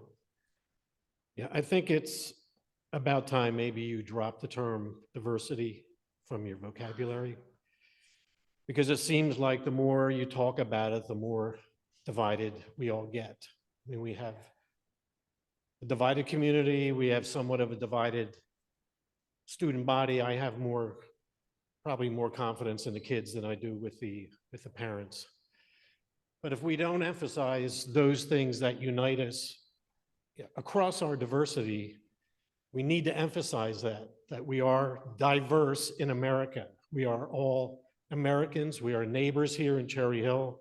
We're not just diverse. Diversity, there's no power in it. There's just separation. So you have a particular job here that's a little bit different than what everybody's talking about here. Everybody has their opinion about this war, but you're in a position where you cannot litigate this war. You have our kids in your hands. So you need to emphasize love between the kids. You need to emphasize unity, that friendship between the kids, and that they are all Americans and they are neighbors within Cherry Hill. So I think that needs to be pointed out. If you don't do that and you just talk about diversity, you're not going to have a safe environment. You're going to have an unsafe environment. You're not going to have a unified community or student body. It's going to be disunified. So my request is, if you're going to talk about diversity, you talk about what binds us together. If you're not going to do that, you need to drop the hyphen. You know, we're all Americans. We're not Jewish Americans, Muslim Americans. We're all Americans. And that's going to be the main message to our kids. So that's all I have to say. Thank you. Name and municipality. Hi, Nick Gaudio, Cherry Hill. I only used 1 minute of my time before, so I'm going to only use one more. As one of the Raja brothers said, you have heard from a lot of my family members tonight, all over this room, 40 or 50 of us. We're all Americans, we're all New Jerseyans, and if it's the proper term, we're all Cherry Hillians. I currently am in a situation where I'm in a blended family. I'm widowed, my girlfriend was divorced. She has 2 kids, I have 2 kids, and our kids don't often understand each other. My kids don't always understand what it's like for the boys to go back to their dad, and the boys don't always understand what it's like for the girls not to have a mom who's alive anymore. So when we have conflicts in our house, we have a family meeting. When nobody understands each other, we get together and we talk. And fortunately, in our situation, that's always resolved things. But there are other situations, other families, where a family meeting is not enough and people have to go to family counseling. The families have to, they go to a professional. And we're in a situation where our family doesn't agree with each other here. It's obvious. You heard it from the whole room tonight. And bringing everybody together, not just Muslims, not just Jews. I'm Catholic. Do I have any standing here? I do, because this is my family. And I don't want to see my family fight. In my own family, there are distant family members I might not get along with, and some that I get along with very well. And that's going to be the case in any family. But we need to do what we can to bring everyone together to try and come to some sort of agreement and understanding. And one final thing I wanted to say is, when I was in high school, I went to Cherry Hill West, class of '99. And during, I believe it was my junior year, during our health program, we had different leaders from the different faiths come in to speak with us to teach us about the different religions. And I can say personally, as a Catholic, I knew nothing about Protestantism, knew very little about Judaism other than my friends who were Jewish, and I knew almost nothing about Islam. And there were a lot of misunderstandings, misconceptions. As a 16, 17-year-old, I learned so much from those leaders from throughout the community coming in and speaking to us. And I don't understand why that is not part of the curriculum now. I've heard from a lot of kids in high school that it's no longer happening. I don't know when it changed and when it stopped, but I think that's something that needs to be looked at and considered again. Thank you.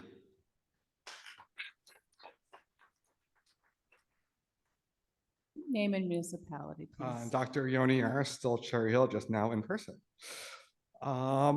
First off, I want to mention that there has been things already going on. We are blessed to have, I believe we're up to 5 student advocates now in the district, with the recent hiring of the one starting at Kilmer.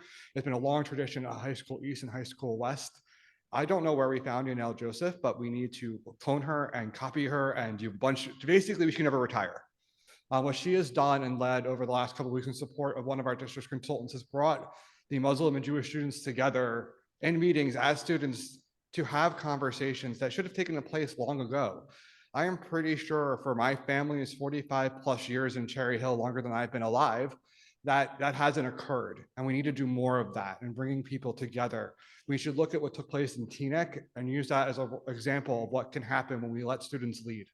And they brought together and created a forum to tackle and address these issues. I also highly recommend that we go and all watch what John Oliver spoke about. Yes, a comedian, but sometimes in comedy, you find some really good dose of reality and how he tackled what has gone on in Israel and Palestine, and especially the impact of Hamas and Netanyahu, and humanizing what has gone on. Because when we dehumanize people, we allow everyone to lose. And that is what's taken place. I am embarrassed at what has taken place to a Muslim student being walked in and feeling completely unsafe. At no point right now, when we walk into a building in Cherry Hill, we are supposed to state our name and our purpose. And as soon as that purpose is done, we are to exit the building. It is the lapse of process and procedure that parents were able to engage with students inside the walls of a building following a meeting, based on what I've become to understand. That is scary and very disturbing.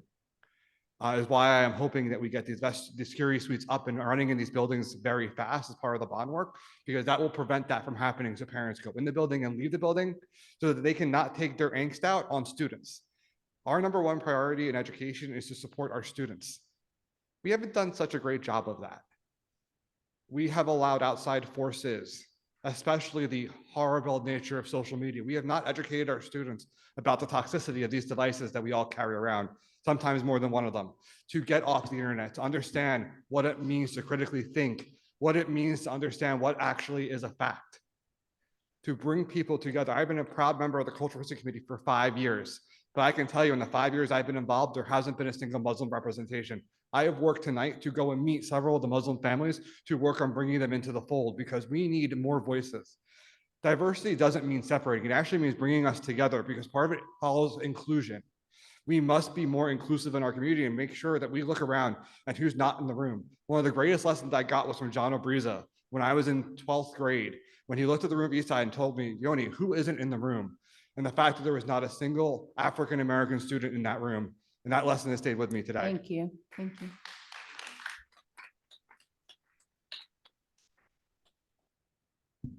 Hi, if you could state your name and your municipality. Sure. My name is Zain Abidin from Cherry Hill. I work as a hospital chaplain. So I often get to see patients when either it's too late or it's almost too late. So get a little bit of a different perspective on their lives at that time. And I feel like obviously there's a lot of emotion in this room. There's a lot of complaints, comments, suggestions, well, some suggestions. I think what would be helpful moving forward, in addition to implementing the suggestions that were brought up, is consistency. A lot of times, what do we choose to make a statement about, for example? You know, there should be some kind of criteria, and then you just stick to that criteria and everything is fine. If the criteria is, for example, a terrorist attack, there are many, many countries in Africa that have terrorist attacks on them monthly. There's countries in Asia that have go through a similar situation. If our criteria is we will only comment on things that are domestic, well, domestically, there's a lot of issues that go on, a lot of different races, other races as well, especially African Americans, what they have gone through in this country, none of the rest of us have. So having a certain criteria and then following that criteria in all your communication and how you deal with students and how you deal with parents, all that kind of stuff, I think would be really helpful. And I hope that when you're establishing that criteria, like the last person said, you can look at the room and see who's not there, bring everyone in, and then establish that criteria, and then hopefully be able to follow it. Thank you. Okay. And we will now close public comment. And I will simply make the comment that our board meetings are open because we do our work in public. That is the legal mandate for us. This is where we get to do our work. So we always welcome people to come and exercise your right to be part of public comment. It's comment period, and I think that's confusing for people, and I get that. There are other ways that we as board members go out in the community on a regular basis and attend meetings and events and PTA meetings to make ourselves available. We receive a lot of emails certain times. We do our best to respond to those emails. So We do work actively to engage, but it doesn't happen so much here, and we get that. And that's not the intent of this meeting, but it is by law our requirement to be open and provide this opportunity to listen to the community, and that's what we do. So just wanted to explain that a little bit. I know a lot of people who spoke tonight probably have never spoken at a meeting, maybe have never attended one of our meetings, and it's definitely a different kind of a forum from what people are used to. So, okay, I'm going to now turn it over to Dr. Morton, our acting superintendent, for any comments you would like to add. Absolutely. Thank you very much, Ms. Stern. I'd just like to say thank you to everyone who came out and spoke tonight. I definitely appreciate your candor, appreciate all the words that you had to share. Definitely appreciate the emotion that, you know, that your comments were shared with. Listen, I get it. I get it. You know, I've had conversations with many of you. I've had conversations with many other families, dozens upon dozens of conversations. And, you know, as I stated during our last public meeting, people are hurting. People are hurting. Our children are hurting. Our community members are hurting. Our nation is hurting. I mean, it's painful to watch definitely what's occurring, and it's painful to see the impact that it's having on the lives of those who are close to us. Cherry Hill is a great community. Cherry Hill is an outstanding community, and I believe my comments are supported by the fact that everyone here is fighting for and advocating for Cherry Hill to be that great community that it is. As a matter of fact, there are different people, different religions, people come from all walks of life, all different parts of the globe that reside here. As a matter of fact, that makes us diverse. Differences, diversity, synonymous. That means the same thing. It's important for our district, it's important for this Board of Education to ensure that every one of the different people and different and diverse groups who are here in this district are acknowledged and that they feel a sense of belonging. Critically important for us. Everybody here, I believe, come to this town because of their children and because of the reputation that the school system has established over the years, and because of the desire that your children are safe, that they are educated, that they prosper, and that they're well. That's our common ground. That is our common ground. We all want the same thing for the children of this community. We had an opportunity to honor a young lady here today, Olivia, and I hope everyone had an opportunity to see that young lady. That young lady is remarkable, and not because she's done something so grandiose, but because she comes to school every day and makes a difference in her school every day just by being who she is and contributing positively to her school's environment. That's Cherry Hill. That's what it's all about for us. Ladies and gentlemen, we need to choose peace. We need to choose a peaceful coexistence while respecting the differences that everyone else has within the room. I respect everyone here. I know for a fact that this Board of Education respects everyone in this community and is desirous to see that everybody feel a sense of belonging. That's what it is for us. That's what's important.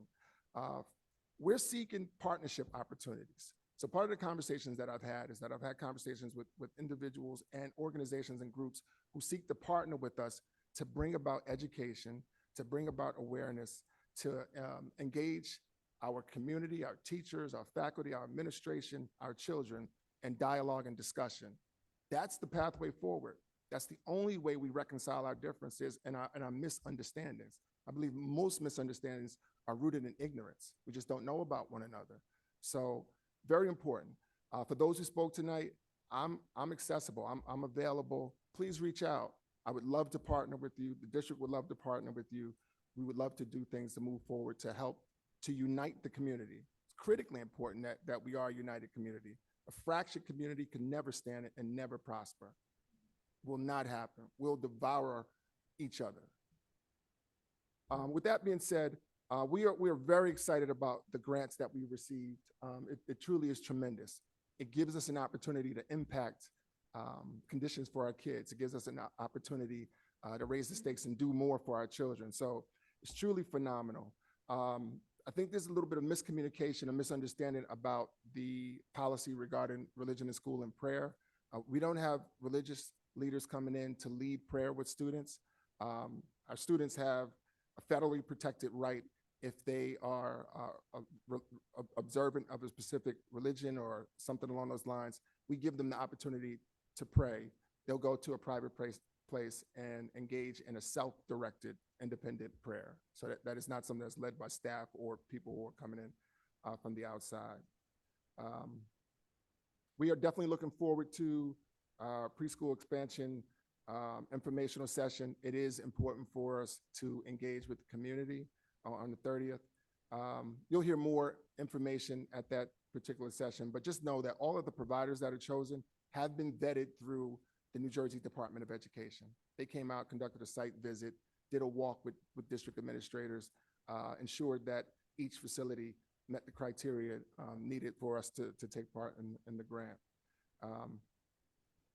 One other note, middle school and high school report cards, the market period is closed on the 7th. All right, so it's important you take a look at that and get ready for report card distributions on November 20th. At the elementary level, market period closes next month, December 8th, I believe. We have conferences starting on the 30th as well. Again, thank you all for coming out this evening. Definitely appreciate your passion. Engage with us, partner with us, reach out. We want you to be a part of this process and helping us to blaze a pathway and moving forward. Thank you. Thank you, Dr. Morton. Always appreciate your wisdom. Helpful words. I make a, Before you make your motion, Mrs. Stern, I want to also congratulate Mrs. Sherfain, I think it is, Ms. Gallagher, and you on winning the seats in the election. I was saving it for the last meeting to say that, but I'll say it now since all of Kim's friends and Renee's friends got to add in. So congratulations to all of y'all. Y'all got a lot to work to do. yes, we do. Never ending heavy lift. Thank you. All right. I will make a motion to adjourn. Do I have a second, Mrs. Winter? All in favor? Aye. Motion carries. Meeting is adjourned.